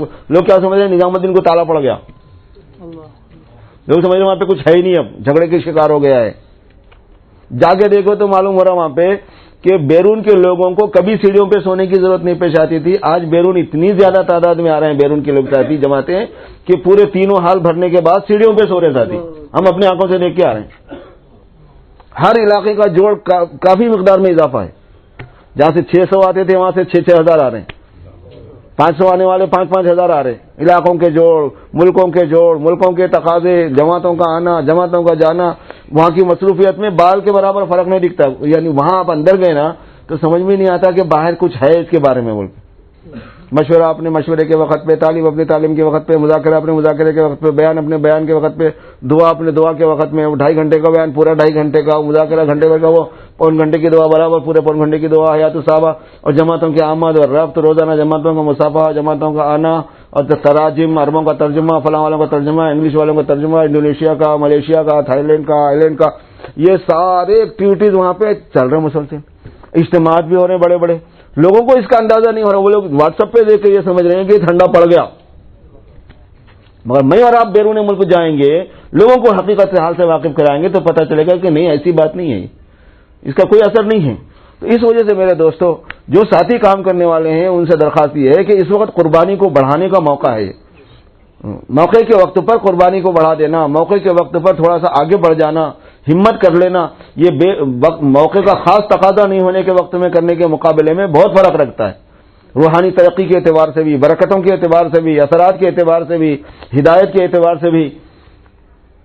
اللہ نے قرآن پاک میں حضرات صحابہ کو خطاب کر کے ایک جگہ ارشاد فرمایا تھا کہ لا یستوی منکم من انفق من قبل الفتح وقاتل. فتح مکہ سے پہلے جن لوگوں نے خرچ کیا اور محنت کی وہ, اور فتح مکہ کے بعد جن لوگوں نے خرچ کیا اور محنت کی وہ, دونوں برابر نہیں ہیں. ایک تاریخ بننے سے پہلے, ایک تاریخ بننے کے بعد, ایک شناخت ہونے سے پہلے, ایک شناخت ہونے کے بعد, ایک پوزیشن بننے سے پہلے, ایک پوزیشن بننے کے بعد, زمین آسمان کا فرق. اس سے یہ مطلب نکلتا ہے کہ موقع کی ایک خاص نزاکت ہوتی ہے. اس وقت موقع کی نزاکت یہ ہے کہ اطاعت والے ساتھی مرکز جائیں. موقع کی نزاکت یہ ہے کہ 2 مہینے کی ترتیب میں جائیں. موقع کی نزاکت یہ ہے کہ بیرون کے تقاضوں کو لیں. موقع کی نزاکت یہ ہے کہ حلقوں کے تقاضوں کو لیں. موقع کی نزاکت یہ ہے کہ مشوروں میں زیادہ سے زیادہ شرکت کریں. موقع کی نزاکت یہ ہے کہ جہاں ساتھی اپنے ہیں ان کی سپورٹ, ان کی مدد کرنا, جماعتوں کی نصرت کرنا, جماعتوں کے ساتھ وقت لگانا, ہماری ان ایکٹیویٹیز میں اضافہ ہونا ہے. اس لیے کوشش یہ کریں کہ سارے عالم میں ہم جائیں تاکہ اللہ پاک ہمیں ذریعہ بنائے اور ہدایت عامہ کے فیصلے فرمائیں. سب کریں گے انشاءاللہ. اللہ کی ذات عالی پہ میرے دوست ہم بھروسہ سیکھیں اور بھروسہ کریں, اور بھروسہ کر کے بتاؤ کہ بیرون کے لیے کون کون تیار ہے 5-5 مہینے کے. ماشاءاللہ, اللہ جزائے خیر دے, اللہ قبول فرمائے. اللہ پاک ان نام لکھانے والوں کی جان میں, مال میں, عزت میں, روزی میں برکت دے. آمین بولو. حق تعالی وسائل میسر فرمائے. اللہ پاک رکاوٹوں کو دور فرمائے. اللہ پاک رزق میں کشادگی کے دروازے کھول دے. رزق کی کشادگی کے دروازے کھول دے. رزق کے دروازے کھول دے. ماشاءاللہ. کیا نام حضرت کا؟ کیا نام؟ عبد المقتدر صاحب. ماشاءاللہ. کیا نام بھائی کا؟ آصف انصاری. آپ کا نام دوست؟ شرجیل بھائی. اللہ جزائے خیر دے. دعا کرو ان سب کے لیے, اللہ ان کی جان میں, مال میں, عزت میں, روزی میں برکت عطا فرمائے. اللہ پاک ان کو صحت اور عافیت عطا فرمائے. ان کی بیوی بچوں کو صحت اور عافیت عطا فرمائے. فرمائے بھائی. ماشاءاللہ. کیا نام ہے دوست کا؟ خورشید احمد. آپ کا نام؟ معراج بھائی کا نام لکھو. شاہن ہے کون ہے؟ معراج بھائی. ماشاءاللہ. کون سے حلقے کے ہیں معلوم ہے نا سب کو؟ کون سی مسجد ہے, کیا ہے؟ یہ بیرون کے ساتھی ہیں یہ پورے جو لکھ رہے ہیں؟ 5 مہینے کے ہیں یہ, 5 مہینے کے. محمد اویس احمد صاحب. اویس. ماشاءاللہ. اللہ جزائے خیر دے, اللہ قبول فرمائے. محمد رفیق صاحب. اللہ جزائے خیر دے, اللہ قبول فرمائے. حق تعالی شان ہوں جان میں, مال میں, عزت میں, روزی میں برکت عطا فرمائے. وسائل میسر فرمائے. آمین بولو. رکاوٹیں دور فرمائے. حق تعالی شان ہوں ان کے گھر بار میں رحمت برکت نازل فرمائے. بیوی بچوں کو صحت و سلامتی نصیب فرمائے. ہم سب کو ان کی برکت سے اللہ پاک رحمت میں داخل فرمائے, فضل فرما دے. کیا نام ہے دوست کا؟ سید عمران صاحب. اللہ جزائے خیر دے, اللہ قبول فرمائے. ان کا نام کیا ہے؟ عثمان. رضوان بھائی اللہ جزائے خیر دے، اللہ قبول فرمائے، برکت فرمائے، ماشاء اللہ. کیا نام ہے حضرت کا؟ محمد ایوب صاحب، اللہ ان کی جان میں، مال میں، عزت میں، روزی میں برکت دے، وسائل میسر فرمائے، رکاوٹیں دور فرمائے. محمد اقبال صاحب، اللہ جزائے خیر دے. محمد عارف صاحب تیار ہے؟ انہوں بولے تو کیا بھروسہ آپ، ماشاء اللہ، اللہ جزائے خیر دے، اللہ قبول فرمائے. اب تعالیٰ آپ دونوں کی جان میں، مال میں، عزت میں، روزی میں برکت دے، وسائل میسر فرمائے، رکاوٹیں دور فرمائے، گھر میں رحمت نازل فرمائے، بیوی بچوں کو صحت و عافیت سے رکھے. فرمائے بھائی، دعا کر لیں، جو شریف پڑھ لیں. اللہم صلی علی سیدنا و شفیعنا و حبیبنا و نبینا و مولانا محمد وعلى آل سيدنا وشفيعنا وحبيبنا ونبينا ومولانا محمد وبارك وسلم. ربنا ظلمنا أنفسنا وإن لم تغفر لنا وترحمنا لنكونن من الخاسرين. ربنا لا تزغ قلوبنا بعد إذ هديتنا وهب لنا من لدنك رحمة إنك أنت الوهاب. اللهم إنك عفو كريم تحب العفو فاعف عنا يا كريم. اللهم آت نفوسنا تقواها وزكها أنت خير من زكاها أنت وليها ومولاها. اللهم جنبنا الفواحش ما ظهر منها وما بطن، وبارك لنا في أسماعنا وأبصارنا وقلوبنا وأزواجنا وذرياتنا، وتب علينا إنك أنت التواب الرحيم، وجعلنا شاكرين لنعمتك مثنين بها قابليها واتمها علينا. ربنا تقبل منا إنك أنت السميع العليم، وتب علينا إنك أنت التواب الرحيم. وصل وسلم وبارك على سيد المرسلين. الحمد لله.